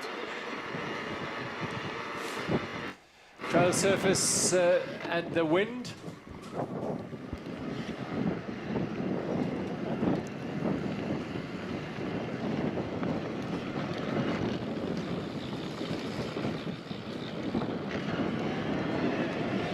Yeah, we haven't got particularly clean comms at the moment with Jesse Nixon on that mini e-bike, but just immediately referring to the heat that's building up all the way. Remember, these athletes started just after 7 o'clock in the cool of the morning, and so if anything, they're getting the best of it, such as it is, but it's still very, very hot indeed. Temperatures expected to rise into the mid to high 30s today. And telling is it's top of mind in terms of the heat. It's only 10:30. We've still got a long way for the day to go for the amateur riders, who some of them will be finishing around about 5 o'clock, plus 5. So a full day in the heat for them. Temperatures were predicted to be in the high 30s today. We'll have to look at the records to see if that is true. But even in the 30s, even in the low 30s, it's a challenging day out, and always encourage the riders to stay hydrated, to stay refueled, and to make sure that that is not just for energy, but also just for fluids, to stay hydrated. It's a very important part of this. And, it's a warm day like this and a dusty day like this, it certainly poses its challenges, and we are behind the 3 leading women's teams of the Ghost Factory Racing team, Cannondale Factory Racing, and Toyota Specialized 91. Yeah, and even if the ladies team or like the Ghost Factory racing team, nice lead, we're not holding back and we're really hammering down here with trails. Bulls Media e-bike on board with Stefan Sam. We are in touch with the leaders, with the team that has flown on the day. Andreas Zuurvlakte and Mark Stutzman. We just caught a glimpse of them back there, and they are still charging. The urgency in their pedal stroke is evident, and as is the urgency of the chase group, George Egger and Lucas Baum, who've been taking up the lion's share of the chase with Matt Beers and Howard Grotz. Hans Becking and Wout Alleman happy to be passengers in that group. Wout Alleman, we saw him grimacing a little bit on that climb, and we're back with the Bulls Media e-bike. Stefan Sam piloting. I'm hoping we can get a chance to chat to him. I'm not sure what the communications is like. We'll be able to hear in a moment just what kind of contact we have with Stefan Sam. Unfortunately, I don't think we're going to be able to hear from Stefan on the bikes, but we can see the images of Stutzman and Zuurvlakte throwing everything at this stage. And they are dead keen to make amends for a couple of, by their very high standards, disappointing days. They're showing their form. They're perhaps getting stronger and stronger as the week goes, the event goes on. And well, they are, a long way back on general classification. But if you keep riding like this, you certainly won't be left wondering, and you'll give yourself every chance to move up those standards. There are absolutely no regrets, certainly for these two. And they are making it count. They've historically led the race early on, and in both of their attempts at it, but a bit of a switch around for them, and they look to be coming good. And that's what it's all about. It's all about patience. It's all about a process-driven effort when it comes to the Absa Cape Epic. And we are now with the Absa African jerseys. They're catching a glimpse of Pago Eurosteel. And behind, they're towing along none other than Jaroslav Kulhave and Philip Adel as well. Peter de Toy knows these trails better than any. Look at them flying along here, the Canyon City path. Yeah, and the two way definitely ahead of schedule. Like I think we can expect them within the next 10 minutes here in the finish in Wellington. So we're just already in the flatter section where we're just going along the vines, and so it's quite close actually to the finish. Their average speed is upwards of 26 kilometers an hour, so hugely impressive athletic performance from them. And like Sabine said, they are ahead of schedule. Scheduled for 10:55 arrival, and they'll be here well within 10:45. So a good 10 minutes, we should see them approaching the race finish. The new finish for it's a transition day, and we are riding from Saronsberg to Wellington. And this, what we just caught a glimpse of there earlier, was the leading team, the head of the race. And they are coming through the Bosman family wines, I think, and heading towards the finish. It's faster on the way to the finish now after the efforts of the climbing. They are charging through these vineyards, the trails towards the finish, which is, as you can see there, just on the northwest side of Wellington. But just the effort is incredible by both these riders, taking turns on the front. Now it is Andreas Zuurvlakte on the front. Stutzman just doing all he can to stay with his partner here. You see the kind of power output that these guys are doing right now. Andreas Zuurvlakte, a pedigreed rider, former world champion. You'll see the stripes on his sleeves, but the current German champion, and riding with the Swiss champion as well. And it's just now an all-out effort is what they have to have. An all-out effort, a thrown-off effort to get to the finish in Wellington. They've had a great day out. They were aggressive on the latter climbs and creating a gap, and just unable to chase. We're albeit Lead Speed Company there. All they could do was sit back and watch the Toyota Specialized 91, Matt Beers and Howard Grotz and Buff Megama, the yellow jerseys. Let's say arguably happy to let the team go, because they do have, they were 13 minutes back on overall general classification. But this early in the race, it's difficult for any team to concede time, especially for a pedigreed team like this one we see in front of them. They've led the race before. They have tasted yellow jerseys before. They know what it's all about, and they've certainly had bad luck in their approach to the race. and in fact losing it on the last day in 2022. It was a heartbreaking day for Andreas Zuurvlakte and Martin Stozek at the time, but new partner Mark Stutzman traded in at the last minute when it was a decision made by the team manager Christian Heineck, also a former winner of the race in 2014, riding with Robert Mennen. Another dramatic race for them, in fact. So they know how to manage difficult situations, and with one of the best team managers in the business. And the Canyon SIDI team are absolutely charging. They came to the team also with not just a new partnership but a new name, Canyon SIDI, a new shoe sponsor, and they are definitely doing that shoe sponsor proud today. Fantastic day out for them. We're really happy to see them and happy to see the dynamics in the race change. It's always good to see a new mix-up and a new team emerging. And Andreas Zuurvlakte and Mark Stutzman has passed through that time check, the 89-kilometer mark, so 5 kilometers to go. And they have a 1 minute advantage. Fantastic performance for Canyon SIDI, Toyota Specialized 91, Orbea Liet Speed Company, and Buff Megamo, the chasers. We're still waiting to see where World Bicycle Relief and Willia Vittoria Factory and Booker A, Buff Megamo 2 and Paga Eurosteel are. Where are the teams that are chasing? And especially World Bicycle Relief, Nino Schurter and Sebastian Finney losing time again today with their mechanicals. But also if you consider where the two started the breakaway, so when we actually dropped into the downhill to Dolhof, the gap wasn't so big, so they actually made really, like in that Cheese Grater Valley, they made all this time good. That little short sharp climb that looks so little and short on the profile made all the difference. A minute is a long time, especially when you have the likes and the firepower of Toyota Specialized 91, George Egger and Lucas Baum, and Hans Becking, the yellow jerseys, Hans Becking and Wout Allen chasing. So 1 minute advantage is impressive. Canyon SIDI have brought their A game to today's stage, and we're going to see more of them throughout the week. I think there's no doubt about that. They have found their legs now, Canyon SIDI. And the pedigree, as you've been talking about, Neil, is top draw. You don't become Swiss champion of the marathon without being one of the very best in the world. And Mark Stutzman is showing that here together with Andreas Zuurvlakte as they charge towards the finish at the CPUT grounds. With Stutzman on the front at the moment, Zuurvlakte behind. They've thrown their hat into the ring as serious contenders in this race. There's still time, there's still stages left for them to make amends on their second place a couple of years ago to Orbea Speed Lead Company, who themselves are finding their legs in the middle of the race now. They're in the chase group behind here and certainly making a big push to get further up on the standings.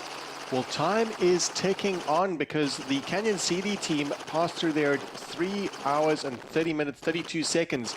And now we're on to 3:34, and we still haven't seen a sign yet at that 5 kilometer to go mark of the World Bicycle Relief team, who are riding in a group with Willia Vittoria Factory and Imbuco and Pago Eurosteel. So they're just following this trail. It'll be along the river here, and it's a flat section, it's fast. They'll not know what the gap is to those behind them. 1 minute and 14 seconds. They will feel it's about 14 seconds, not 1 minute and 14. And they'll go, there's confirmation. World Bicycle Relief, Nino Schurter and Sebastian Finney now 4 minutes and 20 seconds behind this pair. But that puts them 3 minutes and 6 seconds behind the Buff Megamo pair, 3.5 if you like. And a big hole made in their hopes of regaining the yellow jerseys today, having handed or lost them yesterday to Buff Megamo. Nino Schurter and Sebastian Finney are having a tough day. Willia Vittoria Factory are keeping them company. Sebastian, at least Fabian Rabensteiner and his partner Samueli Poro. Buff Megamo 2 very much in the mix there, which is a good sign for their team, their lead team of Bart Alleman and Hans Becking. But pressure and difficulty now for World Bicycle Relief. Yeah, Mark Stutzman, he's already he really tries now to gain every second which is possible, and it looks like that Andreas Zuurvlakte even has a little bit problems to hold his wheel. every time one of them goes to the front, he takes it as an invitation to really put his partner in the hurt box. But just now, I'm sure that Zuurvlakte will move to the front and have his turn on the front. But they have been switching it, and that's the mark of a really good combination. Stutzman had an excellent winter preparation period, not so Martin Stosek, who was meant to initially partner Andreas Zuurvlakte, as he has done in previous years. So they go under the bridge. Here is the Absa African jersey pair of Peter du Toit and Philip Bass, and behind him Philip Adel and Jaroslav Kulhavi getting a tow thanks to the local knowledge of Peter du Toit. This is his home trail, well, his adopted home trails around Wellington. They are at the moment still chasing some way back on this group, but in between them and the leaders there are a number of other major contenders, but this is the lead group. But this is the leading pair. Canyon SIDI closing in on a stage victory here at Wellington.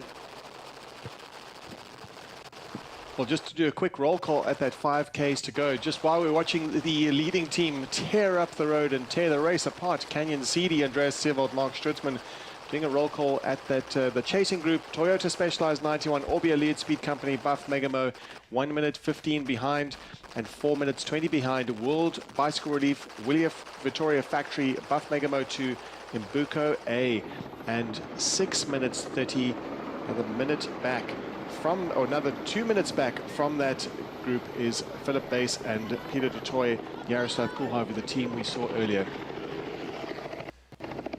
Sharp turn through these vineyards. They are not far away from the finish here.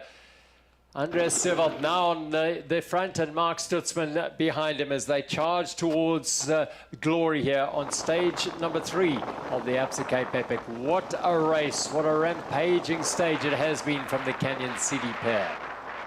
And we're here back with the third chasing team on the day.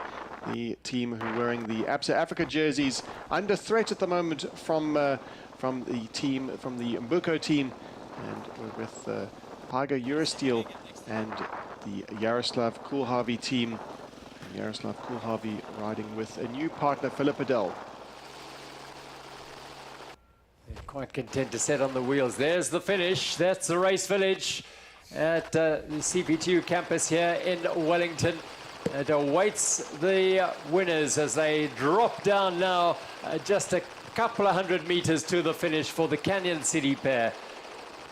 Andreas Zuurvlakte and Mark Stutzman. A tough first couple of days. They lost more time than they would have wanted to, but they have certainly made up for that today with a rampaging, storming last 15 kilometers here through the Dulhof trails, down through the cheese grater. They put the hammer down. They're onto the lawns now, around the luxury tents of this race village. They will enter the finish chute and make that last turn and take glory. Canyon SIDI charging to victory, a second stage victory for Andreas Zuurvlakte, a first for Mark Stutzman, a first for their team at this year's race. Victory on stage 3, Zuurvlakte and Stutzman of Canyon SIDI. What a performance from this team, the Swiss and the German, and they are absolutely delighted. Fortunes have changed for the Canyon SIDI team as they cross the finish line 15 minutes ahead of schedule. Unbelievably fast stage it has been for these riders. I think that tailwind certainly pushed them up the pass, but they really have put the hammer down here for sure. Here is the next group. Well, they've been working really hard to close the gap down here. It's the Team Specialized pair. They are right up there. Matt Beers and Howard Grotz, the yellow jersey, Buff Megamo there as well, pushing as hard as they could. Arkain, Beer Speed, Lead Speed Company. They'll cross the line, not much in it, and they have closed the gap a fraction to the stage winners. Let's go down to Bart at the finish.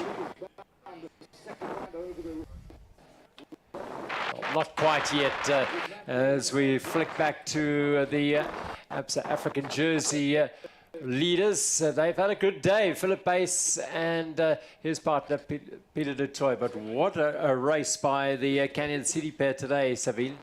Yeah, amazing, and we worked nicely together, and they really went with a plan into this to this stage. And they executed it to perfection, the Canyon City pair. The attacking riding, they put themselves in position, stayed with that lead group, and then after Bainskloof and Full Monty, they started to wind it up and pulled the trigger and got away from the chase group, knowing, of course, they are not a serious threat on general classification, and therefore the Toyota Specialized 91 and Buff Megamode teams would be fighting it out for general classification honours. But Canyon City, well, an amazing ride by them. This is the next group on the road, chasing down to the finish. In this group are Mbuko and are the Nino Schurter and Sebastian Finney, as well as Fabian Ravenstein and Samueli Poro. Yeah, and part of this group is, of course, the Absa Africa jerseys. We've mentioned them before, and they have a lot to gain for contributing to the pace, and we can see them on the front wanting to keep the pace as high as possible. Nino Schurter, he knows he's lost time today with partner Sebastian Finney. They've lost over 4 minutes already at the time check with 5Ks to go to Andreas Zuurvlakte and Mark Stutzman. Not too concerned about them because they are further down on general classification. Nino Schurter is a bigger concern, and Sebastian Finney also his biggest concern is Matt Beers, Howard Grotz, George Egger and Lucas Baum, and of course the yellow jerseys, Hans Becking and Wout Alleman, who took the jerseys off the shoulders of the team of World Bicycle Relief yesterday. Beaming smiles from Hans Becking and Nino Schurter, just understanding that this is how things go. He's an experienced campaigner at the race 7 times and having won twice. Sebastian Finney, a new partner, not new to the Absa Cape Epic, but a new partnership. And the two of them will need to go back and consolidate and decide what to do next. With Sebastian Finney riding in third wheel at the moment, it's him in the Danish National Championships jersey, and Willier Vittoria also in the mix with the Mbuko team. Yeah, Mbuko have had another very good day. They had a great prologue when they finished 4th, and Wessel Boerter and Marco Hubert have bounced back and are a real threat to the Page Eurosteel pair in the Absa African jerseys. It is Marco Hubert on the front of this group. He'll lead Ravenstein and Poro and Finney into the finish. Hubert's home turf for the Mbuko team. They're a Wellington-based team, and they're across the line now together with Schurter and Finney, Ravenstein and Poro, and at the back Buff Megamode 2 riding in support of the yellow jerseys, all chasing home in great fashion. It really was well, it is still an enthralling stage going on here with a new team on the stage winning list with the Canyon City pair of Andreas Zuurvlakte and Mark Stutzman. Fantastically fast today. Yeah, we have here the two Mbuko teams, and tomorrow we're gonna be also on the Mbuko trails. Absolutely, there's a standalone race that they'll be basically riding the same route as it tomorrow, the Queen stage of the Absa Cape Epic, over 3,000 meters of elevation gain over the 80-odd kilometers. A really, really brutal stage. Confirmation of stage 3's results. Zuurvlakte and Stutzman, 49 seconds ahead of Beers and Grotz. So they closed that gap over the last 10 kilometers or so. It was 1 minute and 14 seconds. Georg Egger and Lucas Baum, well, they continue to chip away. Hans Becking and Wout Alleman held on to those yellow jerseys, 54 seconds behind the stage winners today. Ravenstein and Poro ahead of Nino Schurter and Sebastian Finney in the stage here. So it looks like the Mbuko men might have just been pushed out to 7th place today. But really, really good stage for Canyon City. We'll be delighted that they have redeemed themselves and put their mark on the Absa Cape Epic in 2024. Second stage win for Zuurvlakte. He won stage 1 with Martin Stosek 2 years ago. He ended up finishing second in dramatic fashion when Stosek and Zuurvlakte took ill on that final day. They went backwards, and it was Aubert Speed Olivia Leert Speed Company, who stormed to a sensational win, Egger and Baum. So the general classification looks like this for now. 1 minute and 47 seconds, the gap between the first two.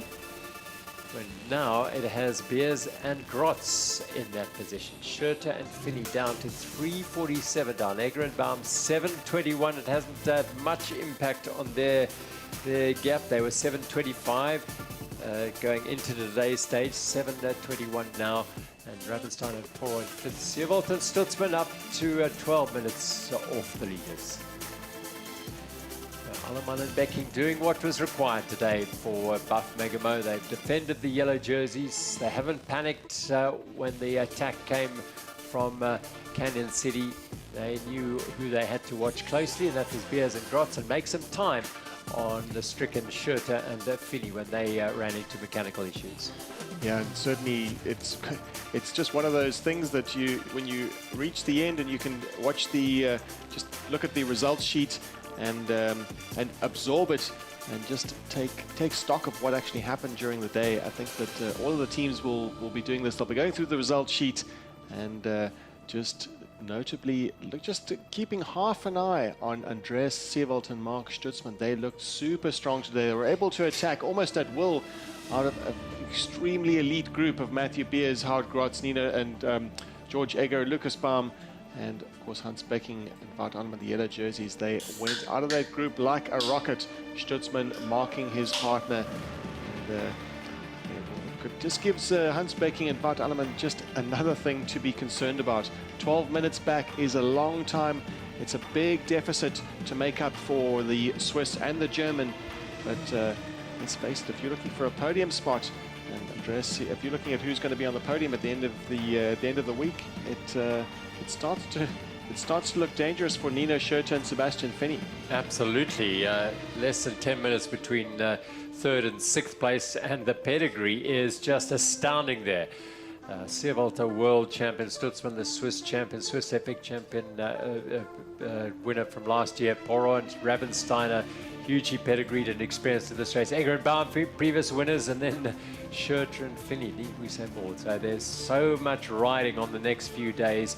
It's going to make for dynamic racing over the Queen stage tomorrow. It really is nicely set up. Well, also, even if there is a team that is slightly off on general classification and they are as active and as dynamic as Andreas Seewald and Mark Stutzman, it does affect the racing. It does add a dynamic to the racing. So if a team's up the road, for instance, in a scenario you can imagine if they do another attack like they did today, the teams that can go with them are the teams that will be set to gain. And once that gap opens and there's a cooperation in a group, and it could be all over for as we reach the end of the week, with some of the teams just would run out of time to make up that deficit. Back on the trails with our leading women's teams, and this is Sofia Gomez-Villafan of the Toyota Specialized team, and Samara Shepherd above in front of her.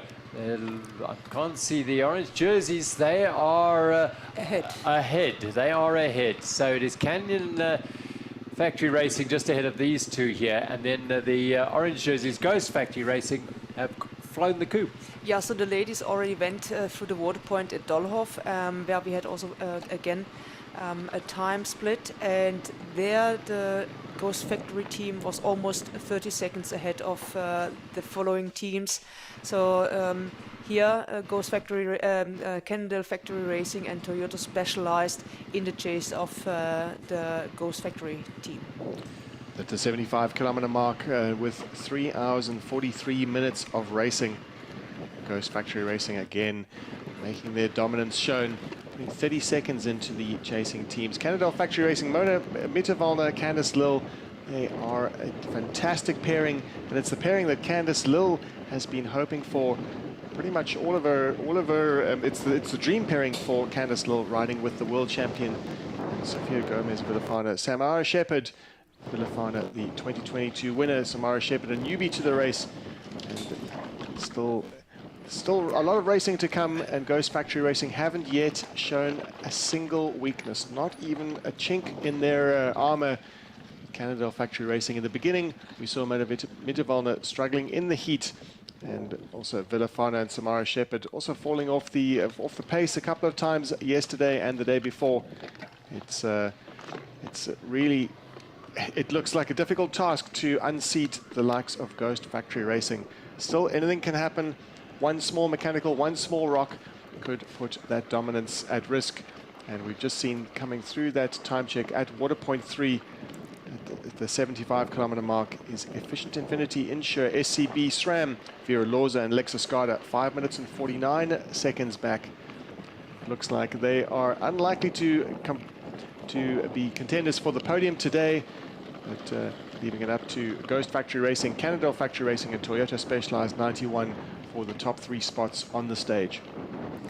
Yeah, the ladies were now on the port there. We're going all the way up here on the right-hand side from the valley, and then on top of this valley we're coming on the left-hand side down the cheese grater, where it's like at the beginning it's yeah, like the name says, like it's a bit an up and down in trails before we finally also dropping back out on more on forest open roads, which is where it's going to be quite fast back to Wellington. There is still a bit of a breeze looking at those blue gums on the left-hand side there up this valley, as this pair try and minimize the gap to the leaders in the women's race. The Aramex women's race being led by Ghost Factory Racing. They're up the road by almost half a minute at the moment over this group of Canyon Factory Racing and Toyota Specialized 91.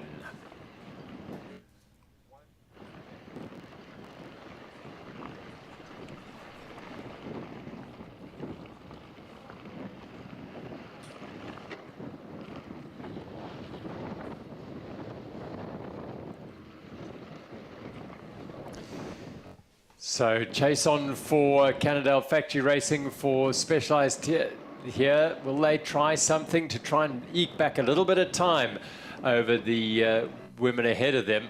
The gap between those two teams is 5 minutes and 24 seconds between the Specialized pair and the Cannondale pair. So perhaps they are hatching a plan here. Sophia Gomez-Viefan and her partner Samara Shepherd to try and get some time back on Mittenwalder and her partner Candice Lill. Nice smooth trail. Just for now, the cement tracks, but it's been a brutally hard stage. A real contrast today with that lovely smooth tower of Bainskloof, but the rough Waterval Trail and the Zuurvlakte this morning put the riders under real pressure initially. It's all about the mountain biking experience when it comes to mountain bike stage racing, passing through these remote areas. It is a true challenge for a course designer to give the riders that rider experience that you expect from the premier mountain bike stage race in the world, and indeed the absolute variety of trails we've seen. Now we're onto the concrete blocks. Moments from now we'll be onto farm roads and then more tricky sections. Cheese grater coming up, and we saw the rough terrain of yesterday causing mechanicals and the wrist pain that was characterized by yesterday's stage. And again, Gerald talked about that beautifully surfaced Bainskloof Pass, and although it's not necessarily mountain biking and the mountain biking experience, the riders will welcome just a little bit of respite from the rough trails. It's the race that measures all, so even a little bit of tar is part of that all.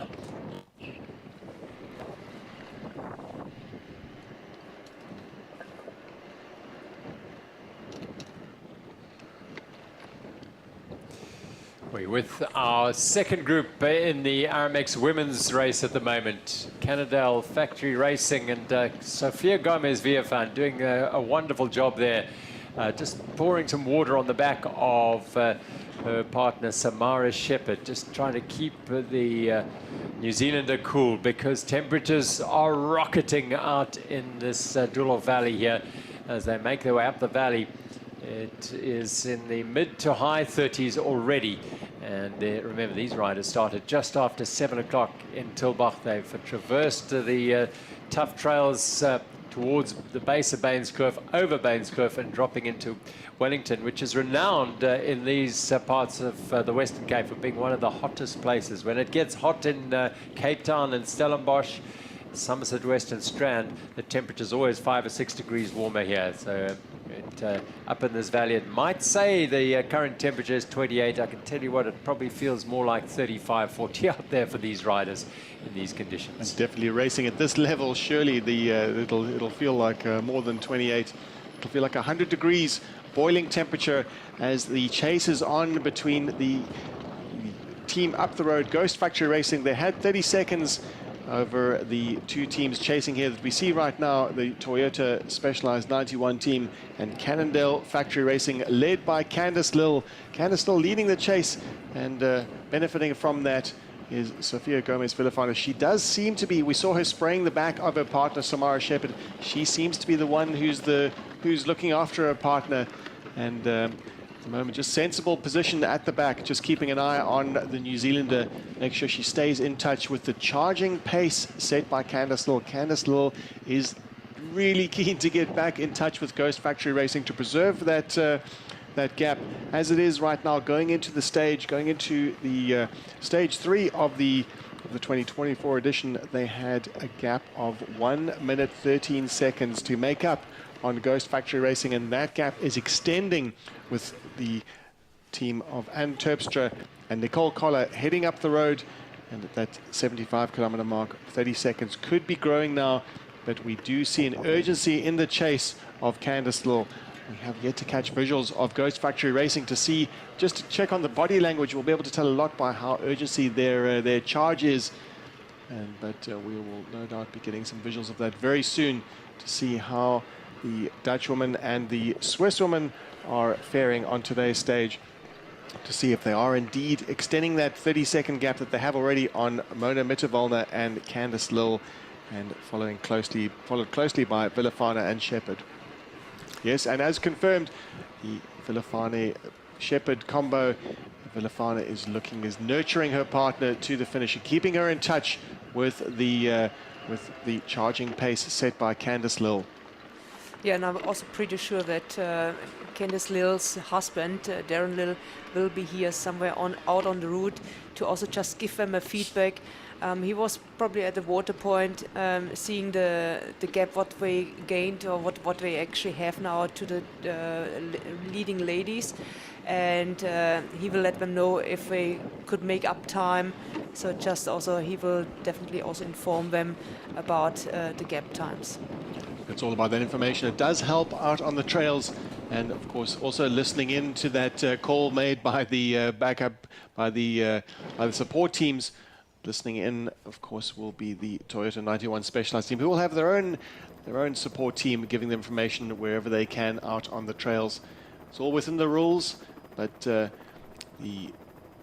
all about that time gap. Where are Ghost Factory Racing, and how much of an advantage are they driving? They are alone, so they don't need to worry too much about the tactics, because it's just Collar and Terpstra who can get a chance to work together to do through and off efforts and gain as much advantage as they can. They don't have they don't necessarily have the shelter of a group, but if we look at it really honestly, and really if we look at it critically, the group really consists of Cannondale Factory Racing. Toyota Specialized 91 are not contributing to that chase at all. Well, that little icon with Jesse Nixon, that is where that chase group is. And we are surmising 30 to 40 seconds ahead of that is the Ghost Factory Racing pairs. They will make the turn, and then the far end of the far end, and then the last bit of the last really challenging bit is the cheese grater, and then it's this long, fairly fast run into the finish. Yeah, so almost like from, or actually a little bit before Doolhof, before we're getting back to Doolhof.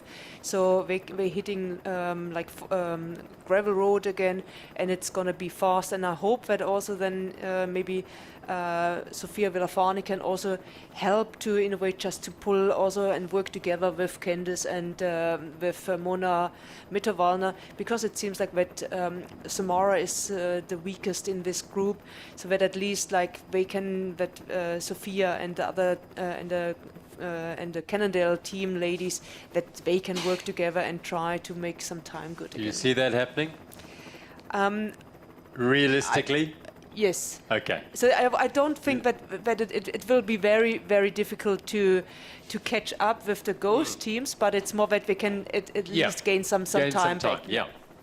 That's the thing. Yesterday, Sofia Gomez-Villafañe was a little disappointed that there wasn't the sort of cooperation at the speed to try and get away. But also remember, to the finish, how much time she actually made up. So she is a very strong pacing person, and I think also like the last, call it 8 kilometers to the finish, is something which suits her very well. Of course, Villafañe's focus throughout the year in the US is on the gravel series, which is exactly the kind of riding we saw earlier with the flat open sections, where she can just put down the power and put in a really steady rhythm, a high rhythm, and just a consistent rhythm, most importantly. So just the Absa Cape Epic is very different because of the vastly varying terrain with the rocky, tricky single track climbs, sometimes lower than 5 kilometers an hour as they winch their way up, and then the open roads that we see here right now. Yeah, Sofia Gomez-Villafañe, in fact, won the series that they have in the States last year, and second place was Alexis Skada. But Sofia won virtually every race in the series, and Alexis was second in quite a few of those. So we've got the two premier gravel races from the United States racing here. Matt Beers and Howard Grotz were involved as well. They both also did particularly well in the men's category. But this is the finish, the scenes at Wellington as we await that leading teams in the women's race.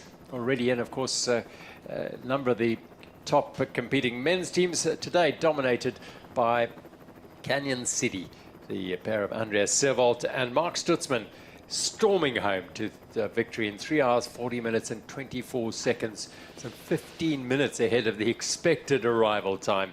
That's how fast they were today. They dominated the proceedings, and ominously so for the other teams in the mix and in the chase for podium places, because they are a highly pedigreed pair who could threaten any others looking to claim places on the podium come the end of the week. Matt Beers and Howard Grotz in second place today, just a second ahead of Gail Gega and Lucas Baum. Hans Becking and Bart Alleman, the yellow jerseys for Buff Megamo. Well, they were in fourth place today, some 54 seconds behind Canyon SIDI, who would have made a bit of time up, and that's key for them. As we see the podium to welcome them up onto the stage in third place for the second day in a row, the second day on the podium, the 2022 champions Georg Egger and Lucas Baum. Baum has done an enormous amount of preparation for this event, over 6,000 kilometers this year already. The rest are all there and thereabouts at 3,000 to 4,000 kilometers, but Baum's numbers are quite staggering. Howard Grotz, likewise, big training blocks ahead of this event. He and Matt Beers also just around about 4,000 kilometers a year. Second place for them today. And for the first time since 2022, Canyon SIDI on the top step of the podium. They won stage 1, then they won stage 3 this time here in Wellington. And Andreas Zuurvlakte with his new partner, Mark Stutzman, the Swiss champion, raised their arms in celebration. A job well done. They are right back in the frame here at the Absa Cape Epic in 2024, Canyon SIDI. And it's certainly where they belong, especially with the pedigree of these riders. We really expected to see them at the top step of the podium earlier in the race, as we had historically. And it's great to see them really live out their potential. And it's easier said than done, of course, because anything can happen at the Absa Cape Epic. We don't have, we will hear a little bit more about from them in the interviews to see what their experience was like at saving the day for the yellow jerseys, where the Dutch and Belgian pairing, Hans Becking and Bart Alleman, Buff Megamo. Well, they did the job today. They protected those cherished jerseys, the GVT yellow jerseys, and Hans Becking and Wouter Alleman, good friends, and well, they're good spirit as well. They bring a wonderful vibe. There was a tongue-in-cheek comment yesterday. As we look at the highlights of the men's race today on stage number 3, and the yellow jerseys stand out, don't they, as they charge away from Saronsberg, leading the 54-team field of UCI men, elite men, and ahead of them 94 kilometers, 2,100 meters of climbing. They had a lead going into today's stage of 1 minute and 52, at least 32 seconds over World Bicycle Relief. 1 minute and 52 Toyota Specialized, and Obeah Speed Company 7:25 back. And everyone just settling in, some getting a little time on the front on the nice smooth gravel roads as they left the surrounds of Tilbach before the sun rose over the Witzenberg Mountains. And in a big group like this, the top riders will be looking to stay at the front, stay out of trouble, and stay in contention just in case we see another early attack from Speed Company. And Matt Beers on the front of affairs with the red jersey, the Absa Africa jersey, whereas Pago Eurosteel, all South Africans on the front at this point in the race, just keeping an eye on affairs and making sure that they stay at the front of a long line of riders. And going up one of the early climbs, it was clear that the yellow jerseys knew they needed to stay in touch, aiming to avoid any potential. We've seen some riders cursed with yellow, having had a fantastic day out and then only to be followed by a disastrous following day. And the Hans Becking and Wout Alleman pairing looking to stay out of trouble and near the front of affairs. Keep an eye on their rivals, and Matt Beers and George Egger, Lucas Baum certainly fall into that category of their rivals, looking to unseat them from that overall general classification lead right now. A slender lead, you could say, still a long way to go, and certainly the slenderest lead we've seen in the race at this point so far has come down. The leads have come down and concertina, but at this point in the race there always seems to be a bit of a, you could say, an establishment of the pecking order, but it's still very close. With Speed Company racing, breathing down their necks, several minutes back, but definitely looking like the dominant team and not to be discounted.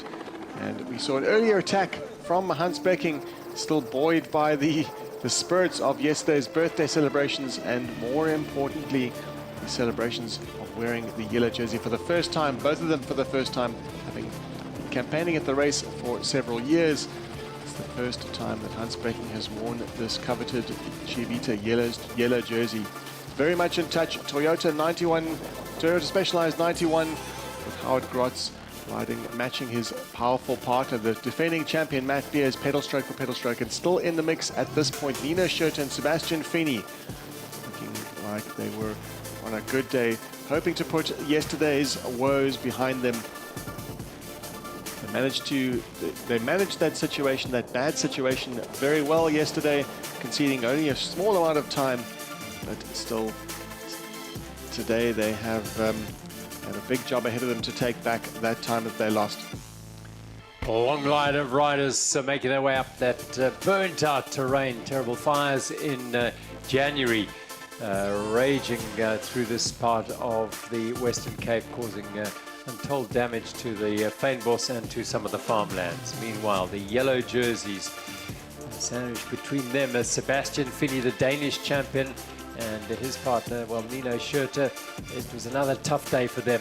The red jerseys of the Absa African jersey leaders, so whereas Philip Bass and his partner, Peter Dutoy. Now, first look now as Canyon SIDI were starting to, they were in this lead group from fairly early on. They'd obviously targeted this stage and decided they were going to put their team in the spotlight today. Absolutely, and you could see we caught a glimpse of the team of World Bicycle Relief, and we had heard out in the course. We didn't manage to get footage of the actual incident. We'd heard that they were already experiencing tire issues and mechanicals early on in the stage. Nino Schurter and Sebastian Finney. This was now off Bainskloof Pass as they were on to the trails of Wellington. Full Monty was the deal here, and Nino Schurter, they were trying to make time. He and Sebastian Fini alongside them were the Victoria Ravenstein and Poro of the William Victoria team.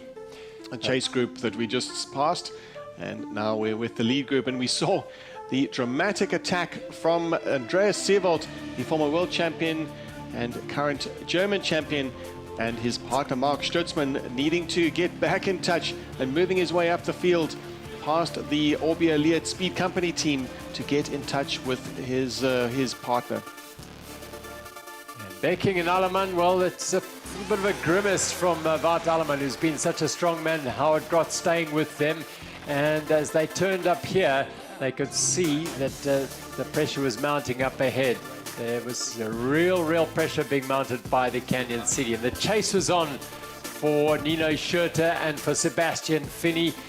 Wesselboot and Marco Hubert from Mbuko in that group, as well as were Team Honeycomb a little bit further back, Mark Pritson and Tristan Nokia, former red jersey wearers. But it was to be a glorious day for Andreas Seewald here and Mark Stutzman, his Swiss champion partner. No panic from the yellow jerseys, Hans Becking and Wout Alleman, as they charged away from the cheese grater away towards the finish. The red jerseys, well, they were feeling the heat as well, because Mbuko were on a good day, Marco Hubert and Wesselboot. But it was the best day for Canyon SIDI, as Andreas Seewald and Mark Stutzman stormed to a sensational victory in a superb time of 3 hours and 40 minutes. And, well, hugs and smiles as celebration for the German and the Swiss rider. This was a special day for Canyon SIDI here at the Absa Cape Epic.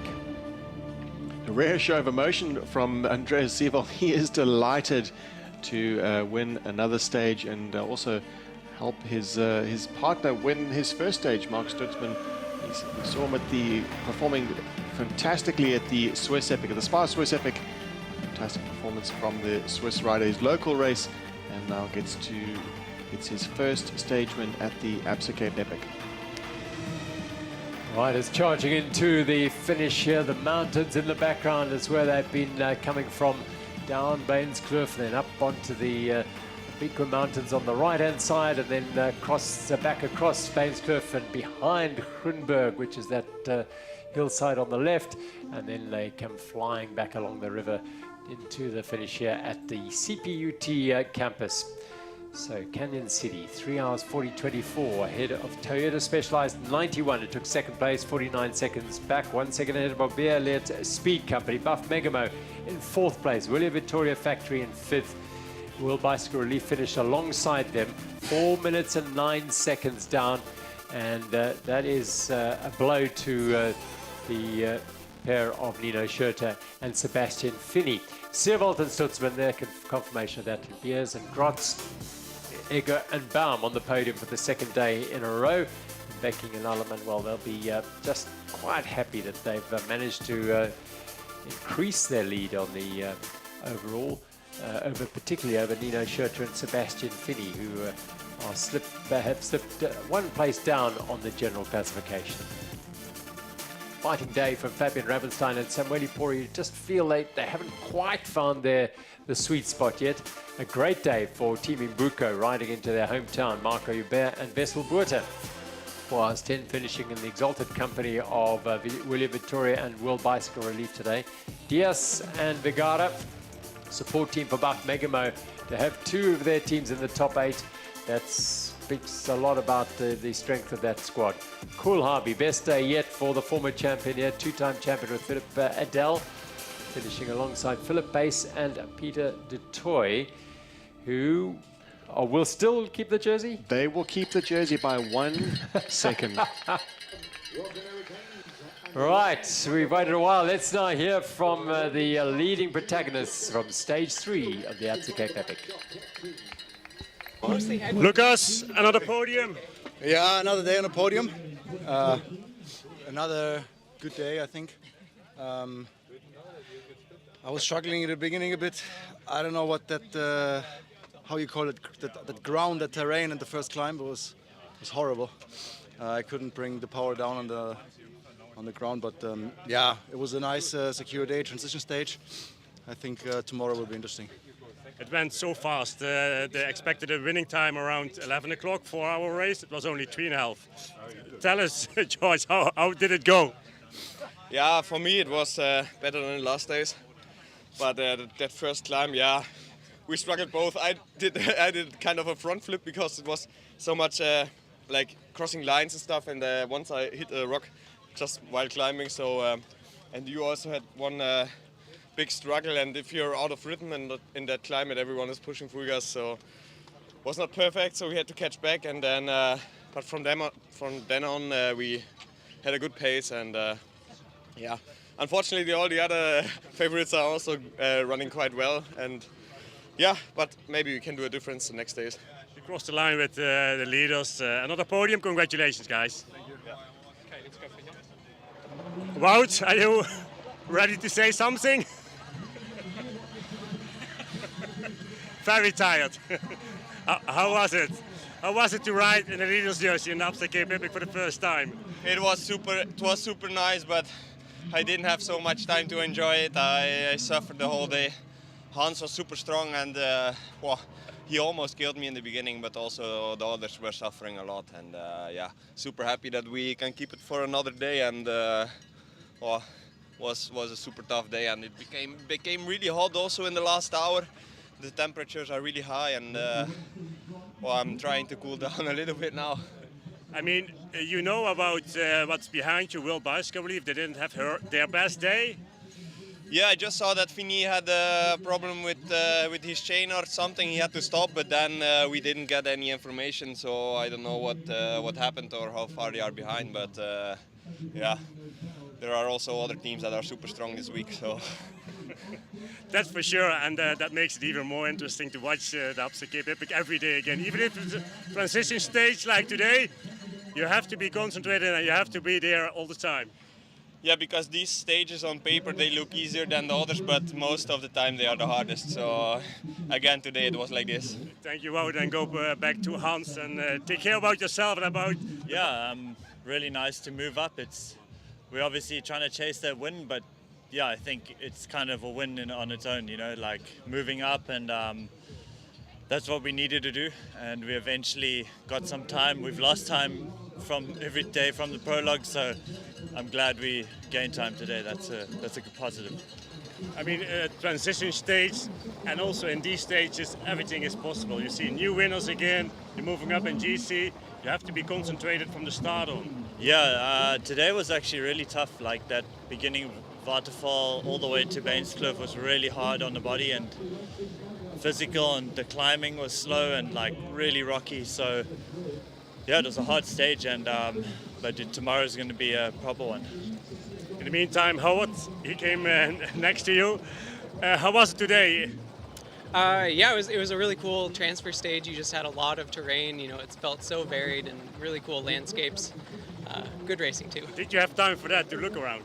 A little bit. Every once in a while you glance up and realize you're in a pretty special place. And who was leading most of it in today's race? Was it Matt or you? You know, well, of course Matt's a bit more in the front. You know, he started pulling a lot towards the end. And yeah, we got to play to our strengths. And how was it with the wind? Because there's a lot of wind here at the venue on the way to here too. Yeah, there was some wind on Bainskloof. It turned from headwind to tailwind, so that was quite decisive. We missed a bit of a split, and I managed to bring it back. And then yeah, it was pretty fast and tailwind at the top, and then down the main stretch towards the single track, it was headwind, but I could see it coming down the valley, so I kind of pushed, and then it pushed tailwind, and yeah, I think that was a good move to get into that new single track first, because that's where it really split up. And tomorrow it's Queen Stage, isn't it? Yeah, I think a lot of the local South African guys will know this stage well. It's a race here in Buko Big 5, and it's going to be a toughie for sure. Have you checked out that course? Did you do a recon on that one? I think I know some of the trails from back in 2018, yeah, and then Matt, of course, knows these trails well, so that's good. Have a good recovery now, and good luck for tomorrow. Thank you. Mark, Andreas, your first Absa Cape Epic stage win this year. How does it feel? Yeah, it's unbelievable. It's super crazy. So it's my first podium and also the first win. So yeah, it's crazy. It's crazy. It went so fast from the beginning, wasn't it? Yeah, of course, everybody knew it's a road start, and nobody knew how it exactly continues, just that it gets more narrow, so it was quite fast. But together with our second team, we worked quite nice. They worked for us, and we made it quite nice to the front. So that was the first hard proof of the day. And then it was just going good for us. It seems to be the GC is a bit more difficult for you guys, but a stage win, that counts too. Yeah, we had not the best first days, so it's a bit difficult, or the gap is a bit big to the podium, but stage win is possible. And I mean, it's still a long way. Yes, for sure. We saw it last year, how big the gap changes were, so we keep on fighting for sure, and we look very much forward for tomorrow for more climbing. You have shown that the strength is back again. 4 more hard days to come, so in Cape Epic everything is possible. Yeah, for sure. So we take day by day and looking forward for tomorrow. Good luck, guys. Thank you. The thoughts on the views post-stage from the teams who finished on the podium today. The yellow jerseys, well, they did a solid job. Meanwhile, we're with the women here. This is the chase group we've just been watching. You would have seen the Ghost Factory Racing pair, Anne Terpstra and Nicole Kohler. They're away and are leading, heading towards the finish. This is the chase, which has certainly ignited now. Cannondale Factory Racing and the Toyota Specialized 91 teams are chasing a bit harder now. They're putting the pressure on now towards the finish. This is the flat, fast section along the river trail and through the vineyards as they power towards the finish here at CPUT. Well, we can see just the urgency of the pace set by Mona Mitterwallner and Candice Lill, with the Toyota Specialized 91 team just content to sit back and just be towed along. Really, that there's not much chance of them contributing. We've seen earlier in scenes with Samara Shepherd just getting a bit of a push and a bit of a spray of water from her partner Sofia Gomez Villafana, and that's the task of the Toyota Specialized 91 team, is just to stay in touch and to stay in contention with the Cannondale Factory Racing team. But the Ghost Factory Racing team are charging up the road. Anna Terpstra and Nicole Kohler are a fantastic combination. We did sight them at the beginning of the race before the prologue as the team to watch, the team to challenge, what one could say the favorite team of Candice Lill and Mona Mitterwallner, and they have not disappointed. And Terpstra and Nicole Kohler, the Dutch woman and the Swiss woman, are looking for another stage win. It will be 4 out of 4 by the looks of it. Let's not count our chickens at this point, but let's not talk too soon. It looks highly likely. They still have to pass through that 5 kilometers to go section for time check, and we'll be able to take just get an idea of how much progress they've made. At the previous time check, 75 kilometers in, they had a I think it was a 30-second, around about a 30-second advantage over the chasing team, and we'll be looking very closely to see what those splits are. Well, they have been quite unbelievably dominant, and well, there's a debutante pair here. We have seen it before, as we've said before, the women's team coming here and dominating, mainly from the Toyota Specialized camp over the years, but this really has been a quite supreme performance. And Candice Lill and Mona Mitterwallner have not done too much wrong. Yes, they had a puncture yesterday, but they've done all they can. They're managing that gap to them there. That's with 5 kilometers to go. 1:14 is the gap, but slowly but surely, Ghost Factory Racing are increasing that lead here and making it more and more difficult for the Cannondale Factory Racing team here. yeah, we worked very well together, and also to in a way to open up even more time, and yeah, so they are quite equal, like also, and this is like from a strength perspective, and then of course you take turns with who is in the lead, and we work nicely together, and that's just of course in the favor of a team if you have an equal strength team, yeah. Well, Samara Shepherd and Sophia Gomez-Villafan have been sitting on the wheels of the Cannondale Factory racing pair, Candice Hill and Mona Mitavala. There's not really much opportunity to get to the front there. They're setting such a fearsome tempo in the chase here, trying to minimize that gap. They went into today's stage with a lead of 1 minute 13, Ghost Factory Racing. And at the moment, it's 1 minute 14 on today, so it's almost doubling their advantage, it looks like, going towards the end of stage 3.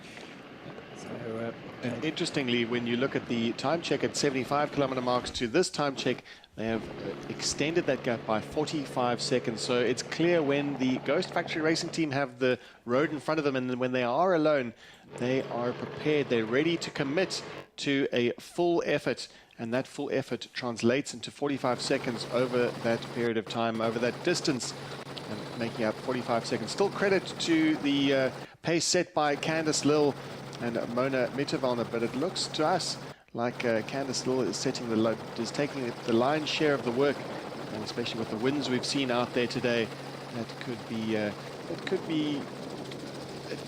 it might put a bit of pressure on the South African rider. Depends on how much work she's had to do. We'll get some information from them down on the finish line when we get the interviews. But the team of the day once again, Ghost Factory Racing, and they're going to make it another step towards getting a clean record at the Absa Cape Epic. We've seen it a few times in the race, teams with a complete record, but it's not as common as you'd think, even despite the dominance of teams. Even like we talked earlier about the dominance of Bart Brenchens and Roel Paulison, still did not win all of the stages. The only team in recent history to have won all of the stages of the Absa Cape Epic were Laura Steger and Sina Fry when they rode their race for the Specialized Factory Racing team. Dominant they were that year for sure. Yeah, but also, I mean, technical issues can also throw you back quite a bit, and it just showed also that year we just had also really like a good run and didn't have any technical issues. Yeah, I mean, and that often is what is the separating factor in these races, is not only the fact that you will get them, but how you deal with them, how you cope with them. Do you have a backup team to help you cope with those issues? Ghost don't have one here. But they have yet to have that issue. So far, so good, and they can only ride to that standard. They are absolutely superb. They're clearly well prepared. Clearly, the equipment is kept in absolutely pristine condition. They look after their bikes out on the trail, and they're doing it in a superb way. They really are amazing. And when it comes to mechanicals and incidents, it's all about the likelihood. Because it also depends a lot on how stressed the riders are and how much pressure the riders are under. Pressure causes mistakes, it causes mechanicals, it causes crashes, and that could be the key. And the team that is the most calm and the most, you could say the most dominant, have the ability to sit back and relax and not stress about anything. And especially when it comes to high pressure situations, high pressure descents, it's much more, it's a much better position to be in if you are leading the race by up to 3 minutes going into the next stage, rather than being behind and having to push the pace. Well, that's the image from that helicopter hovering just behind Nicole Kohler on the front here, and Ann Terpstra on their way to another stage victory, it seems now, are the Ghost Factory Racing pair. The Chivita orange jerseys have been theirs from the prologue when they won that at Lawrenceford. And they backed that up with 2 more stage wins in Tilbach. And here they are again on their way to what looks like another one here in Wellington. Very impressive performance. What can Cannondale Factory Racing do? What can Specialized 91 teams do to stem the flow of stage victories here? Well, Sabine? Even just to get a stage win. Yeah, it's probably means also for seeing tomorrow's very, very hard stage. So the moment we're coming into the finish, it's about trying to get actually recovery in as fast as possible, have some carbs or have a bit some good meal, and then it would be massage and trying to get as best prepared into tomorrow's stage, because that will be like, I think we're gonna see tomorrow a lot of people suffering. There's also the mental approach that you could take, and we saw just some subtle things that Matt Beers was talking about. The mental approach was that he was looking very much at the positive side of today, that they did gain a little bit of time. I think it was about 2 seconds or 4 seconds or 7 seconds, whatever it was single-digit seconds, and that was still seen by Matt Beers as a positive, because he knows as well as anyone, and his support team know as they're the best in the business in terms of support team Specialized Factory Racing, is that morale is absolutely everything. Morale really counts. Going into a stage with a positive attitude, thinking that the stage is theirs to win, is what really counts. You made reference earlier to Darren Lill, perhaps giving a time split to the teams, and I think it was just him there at a road crossing a bridge, down on the river, just shouting at time at Darren he's I mean, they know the routes here, yes. and he knows really like every corner where he could give also Candice information. So he's very good at that, yeah. A man who's, of course, won the Absa African jersey here and finished in the top 10 of the Absa Cape Epic in years gone by, and now very much part of Team Candice Lill. They're not racing and riding any longer. Here at the finish in Wellington, it is another storming ride by the Ghost Factory Racing pair of Anne Terpstra and Nicole Kohler. The Dutch woman and the Swiss rider have made this stage their own once again, and they are making this race their own as well, as they add to their lead on the general classification. Their hold on those Chivita orange jerseys is the grip even firmer now. Having gone into the stage 1 minute and 13 seconds up, they're looking at almost doubling that as they ride away from the Cannondale Factory Racing team and the Specialized team behind them with another immaculate performance. They haven't put a pedal stroke in wrong throughout this race, and here they are on the lawns again at Wellington to ride to a 4th consecutive stage victory for the Ghost Factory Racing team. Out of the trees and into the finish chute for Anne Terpstra and her partner Nicole Kohler. Stage win number 4, stage 3 goes to Ghost Factory Racing, and they are the dominant team in the RMX women's race at the moment.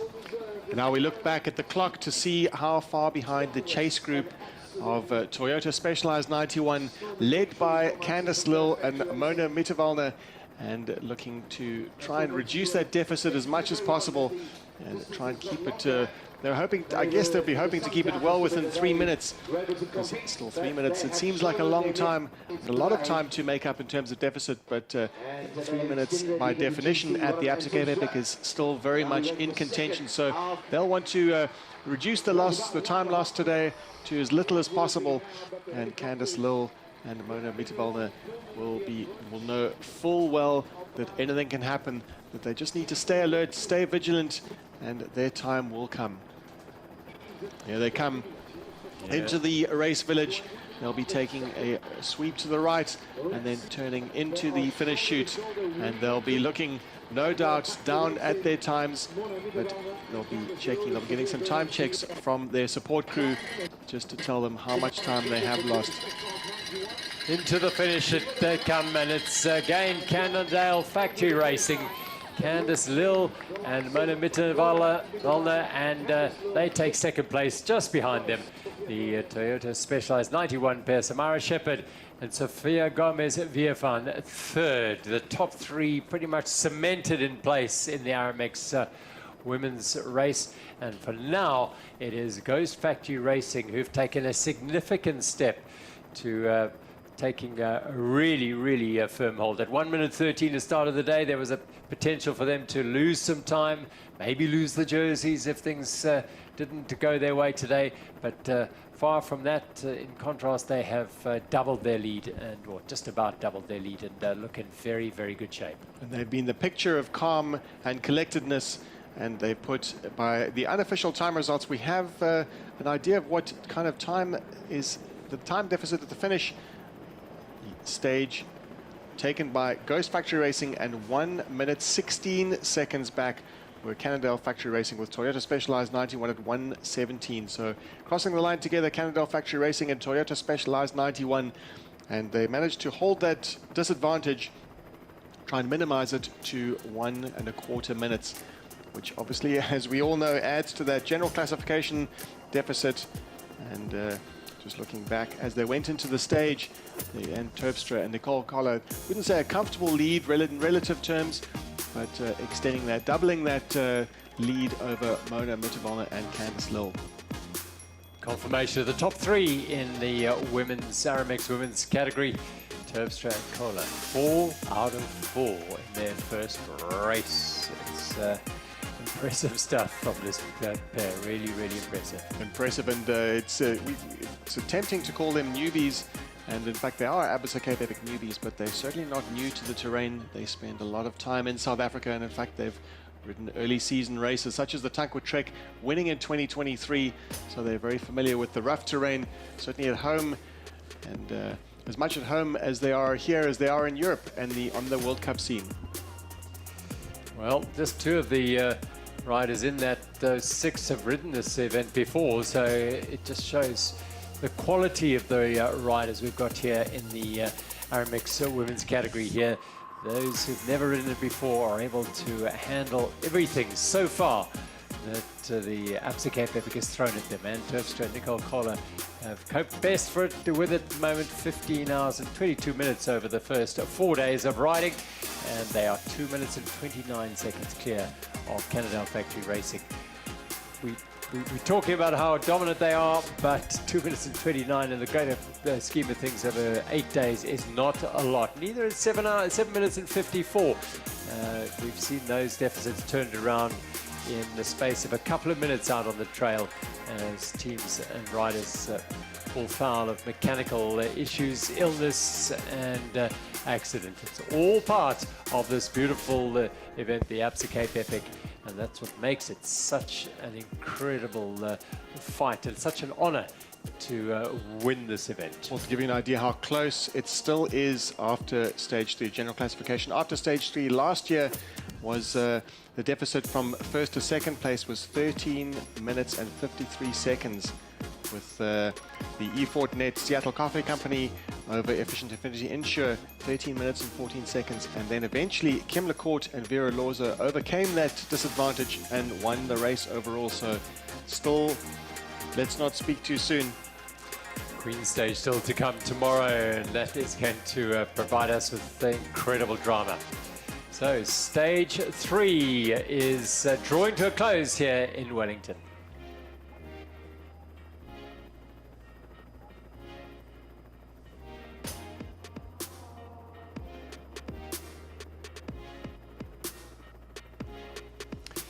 Just a look at some of the other categories rolling into the finish here. Carl Platt and Tommy Missa are continuing to dominate the NTT Data Masters. Another stage win for them today over the Brazilians, Thiago Machado and Claudio Altivo, and Pavel Gonda and Tobias Luti in third place, 8 minutes and 44 down. Carl Platt just loves this event, loves riding his bike, and loves winning. And he's done it 5 times in the elite category and a couple of times before in the NTT Masters. This year, he's back for his 20th Absa Cape Epic. He hasn't finished them all. The notable absentee anywhere in the Absa Cape Epic is, of course, Christoph Sauser, who was here just a week ahead of the Absa Cape Epic, but had to fly home and look after business and family duties. So he sadly isn't part of the event just for those reasons. The amateur men continue to be dominated by the Latvian wannabe pro cycling pair from the Loris Pernins and Oskars Musniks, and they were 11 minutes clear of Tina and Nidera, with Christopher Portugal and Renato Tapialanda in third place today. The international riders come to the Absa Cape Epic very well prepared and very often dominate their categories year in and year out. They can't dominate this one because it is the Absa African jersey, and Philip Mace and Peter de Toy, one solitary second between them and the Mbuko pair. Marco Hubert and Wessel Buerta, Alex Miller and Johan van Zyl 9:18 back, but I think Team Honeycomb are slowly but surely coming back into the picture. They had a better day today. Mark Pritson and Tristan Nokia, they may well have a say tomorrow. Miller and van Zyl, as I said, they have other issues on their mind in providing support for Beers and Grots, and that the African jersey would fall out of their priority should their senior team pick up any issues. That's a good race, really, really good race on our hands there. We saw the efforts of Philip Bass trying to get back in touch with that lead group, that group containing the Mbuko team, and that chase, that effort, all of their efforts were not in vain, still holding on to that jersey.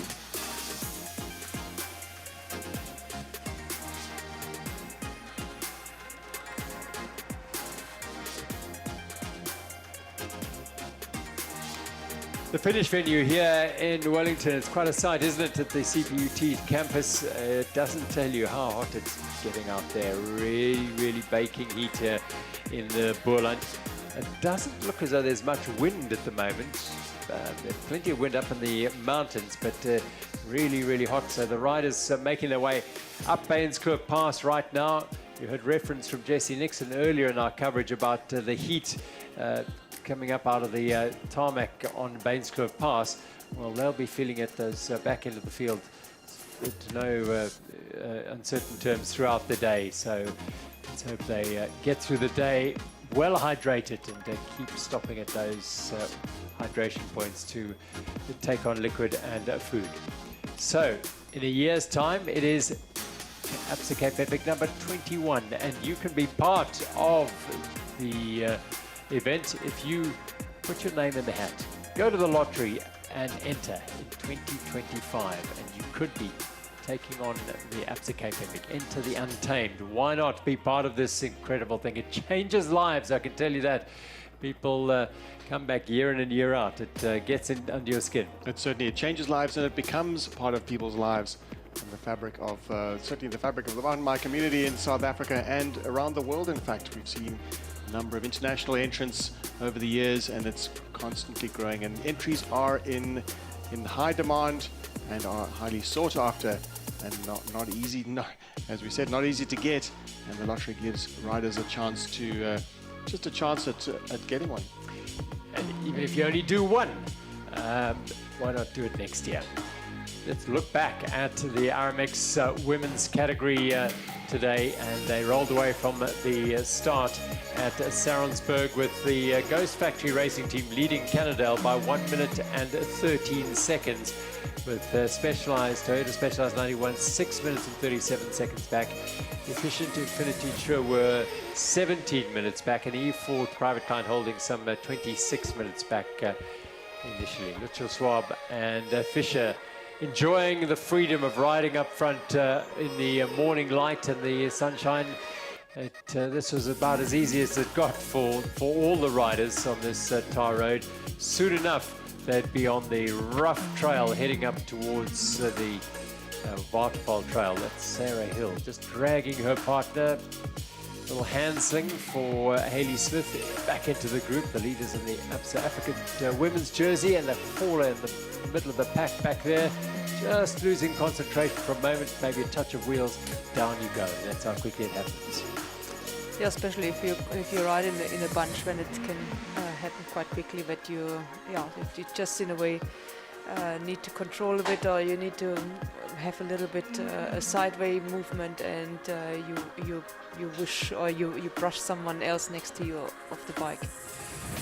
As it went off that tar, so we hit the trails up towards the Zuurvlakte, the Waterval Trail, a very brutally rough and tough, steep trail. And Cannondale Factory Racing's Candice Lill and Mona Mitterwalder were on the front with the orange jerseys, as well as Specialized intact. And this set the scene for the remainder of the day. The top 3 teams of general classification doing battle once again, initially over this burnt-out terrain in the Tilbach-Wolseley Valley, devastating fire in January. Well, Alexis Scott and Vera Lossa tried to hang on for as long as they possibly could, but it wasn't to last too long.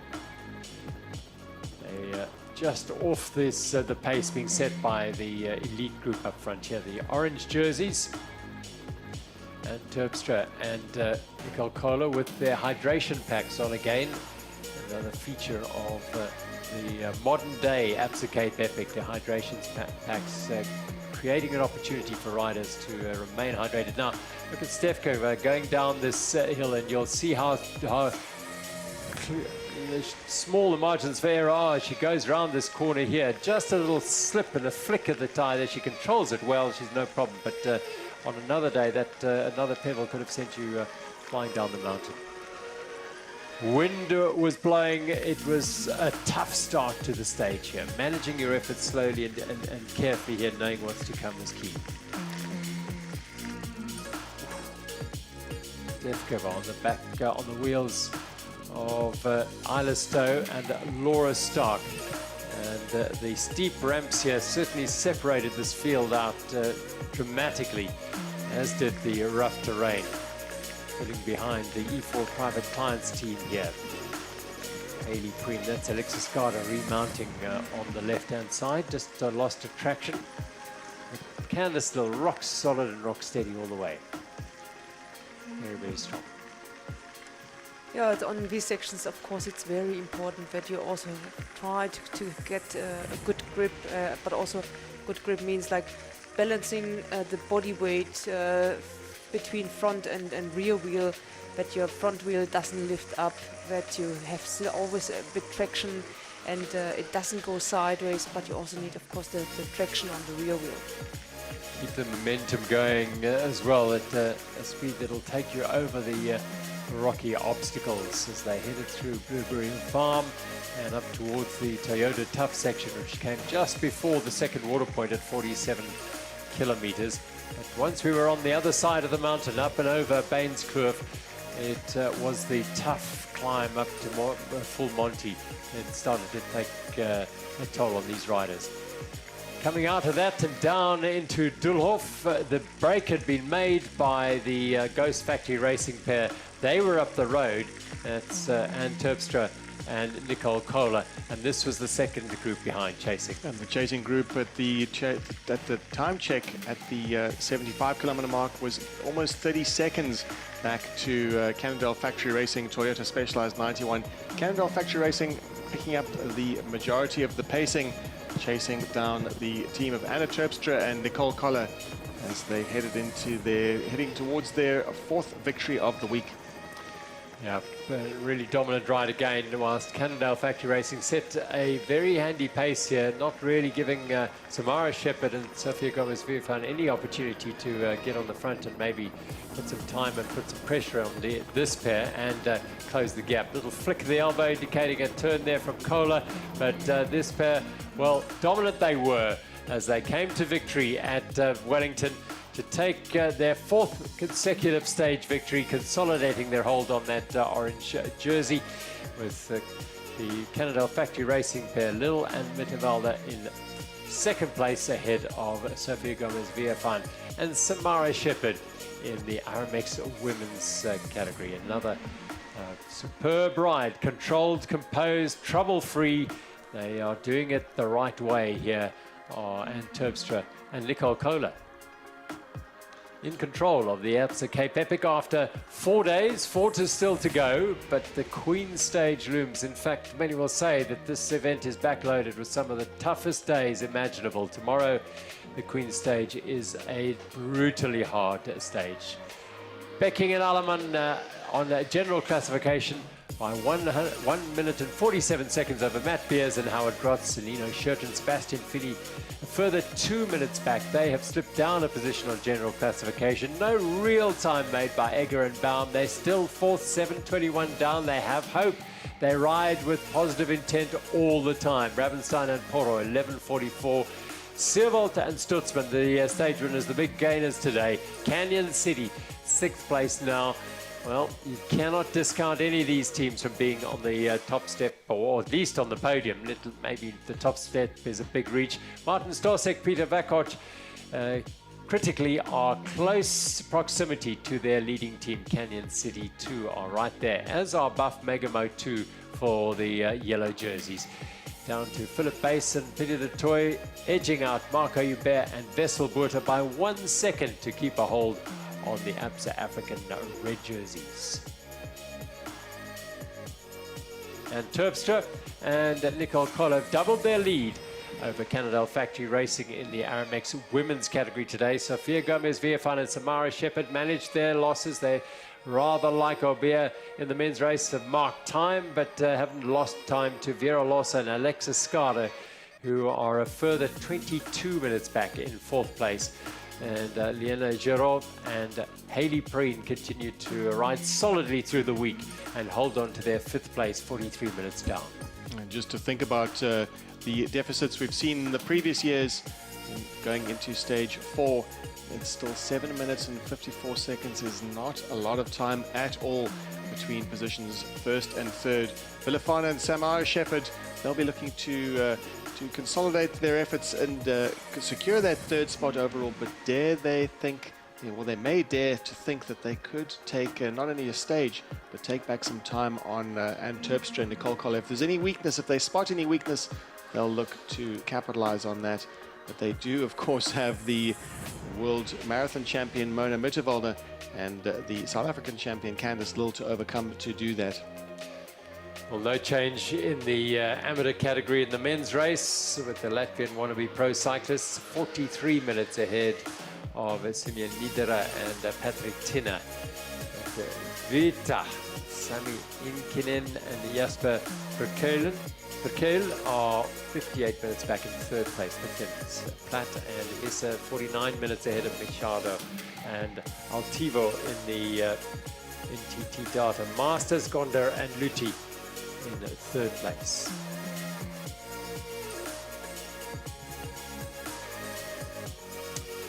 NTT Data Masters for the senior statesman, not quite the elder statesman of this race. We now have a Grandmasters, the great Grandmasters category. Absa Jersey just confirming that 1 second deficit between Mpage Eurostil and Mbuko A. These teams are chasing a top 5 position on the general classification. That's their stated goal at the start of the race, certainly the Mpage Eurostil and Mbuko teams. And that will be, if they do manage to finish there, that would pretty much guarantee them an Absa African jersey. But the intensity of the racing here will certainly be firing these teams up. Alex Miller and Johan van Sail 9 minutes down in 3rd place.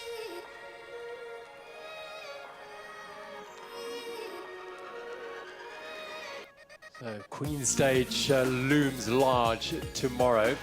And this is what it looks like. 88 kilometers, 3,000 meters of climbing. Sabine, it has, I think that the Queen Stage is justified, yeah? Definitely. And so for Candice Lill and Mona Mitterwalder, who have done the Mbuko Big 5 just a few weeks ago, they pretty much know what comes, what tomorrow cares, what tomorrow's stage has in it, and we also know quite well where we can maybe still make a move and trying to gain some time back. Well, we look forward to this Queen Stage. The cliffhanger is going to be something to enjoy as we watch the riders come down that. And there's a look at the profile. Those peaks just get bigger and bigger and bigger until you get to the cliffhanger. It just ramps up towards the end. It's the typical backloaded stage that we've been talking about all week, and the cliffhanger is certainly the pinnacle of that. Downhill all the way is not the way to describe it, because there is always something to surprise the riders. And at 3,000 meters of climbing, we've seen stages before at 3,000 meters of climbing plus. Those stages typically have really been over 100 kilometers, up to 127 kilometers with so much climbing. Very rare to see 88 kilometers, all concentrated, all the climbing concentrated into 88 kilometers. And it's not called the Queen Stage for nothing. 5 sprockets and a big day out for all. And for the contending teams, certainly they'll have their eyes on this. And who do you think will be targeting a stage like tomorrow? Canyon SIDI again? Canyon SIDI, I think, are on a high, and I think one of the local teams in Buko, this is their stage. They really want to make an impact tomorrow. Marco Hubert and Wesselboerder, they showed good legs today. They'll be having a look at winning the stage. Local knowledge could play a role. Knowledge, yeah. Oh, look, you know, a lot of the riders know exactly what they're in for tomorrow. As Sabine said, they've ridden this route before. They know what to expect. Yeah, for me, seeing the men's category, I would definitely also then throw in Matt Beers and Howard Grotz, because I mean, with all the climbing, Howard is definitely also a smallish guy who is a good climber, and so I have my bet on them. And Matt knows this route, yeah, like anyone, a lot better than most. So, yeah. The women's, can you bet against the leaders? I would still see that Candice Lill and Mona Mitterwalner would make a good stage tomorrow. So maybe they make their move tomorrow on the Queen Stage. Wouldn't that be fitting in the Aramex women's race? If you just see the last climb up there, it's almost like 14 kilometers with a little downhill in between, but the whole length is 14 kilometers just up, and that comes to the end. So to actually come down the cliffhanger, you have to work hard. Absolutely, the cliffhanger is something. If you haven't seen it yet, you will tomorrow, and it is spectacular. New trail on the Absa Cape Epic here as we get to explore these Wellington trails for 2 days in a row from the CPUT here. This is where the camp is. This is where through the afternoon, numbers will swell. We'll get riders coming in and enjoying the vibe here. Lovely to see the youngsters from the Granny Gear Club in Durbanville out to watch the podium presentations. They'll see a world champion walking out first in Mona Mitterwalner, and then the South African champion, the Oceania champion as well.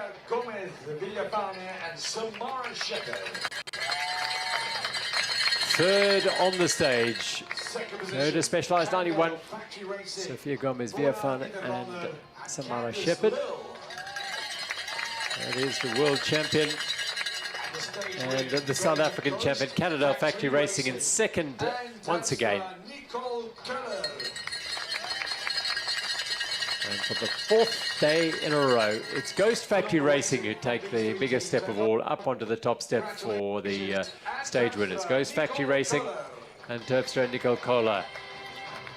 Another high-class performance, faultless all the way through the 94 kilometers today, as they have been for the last, for the first 4 days of the Absa Cape Epic. But it's half-time in the Absa Cape Epic, if you like, for these riders. Rest, recovery, and prepare for the Queen Stage tomorrow. So will anyone have it in them in the Aramex women's category to threaten the hold that Ghost Factory Racing have on those beautiful Chia Vita orange jerseys? They'll wear them one more time well, collect them one more time today, having first got a hold of them at the prologue in Lawrenceford, and well, there's 2 minutes and 29 seconds separates them, and perhaps tomorrow is the day that the Cannondale team will launch an attack and try and take hold of those jerseys. For now, though, they're on the backs of Ann Terpstra and Nicole Kohler. Your big 2024 Ghost Factory Racing. They seem to be making incremental improvements every single day, the Ghost Factory Racing team, and it's in contrast with previous years, the dominant era of the likes of Annika Langval riding with Ariane Luthi, Kate Courtney and Anna van der Breggen, and it's going to be a harder task for this pair to have that kind of level of dominance because of the pedigree and of course the experience. The team of Cannondale Factory Racing, and of course a former winner in the race, Sophia Villafana, riding with her partner Samara Shepherd. So a big task for them, not quite the comfort of a several-minute lead, but still it's clear that this is the team with the most firepower when it really counts on those steep rises. Anna Terpstra and Nicole Collar will enjoy the Chivita orange jerseys for yet another day.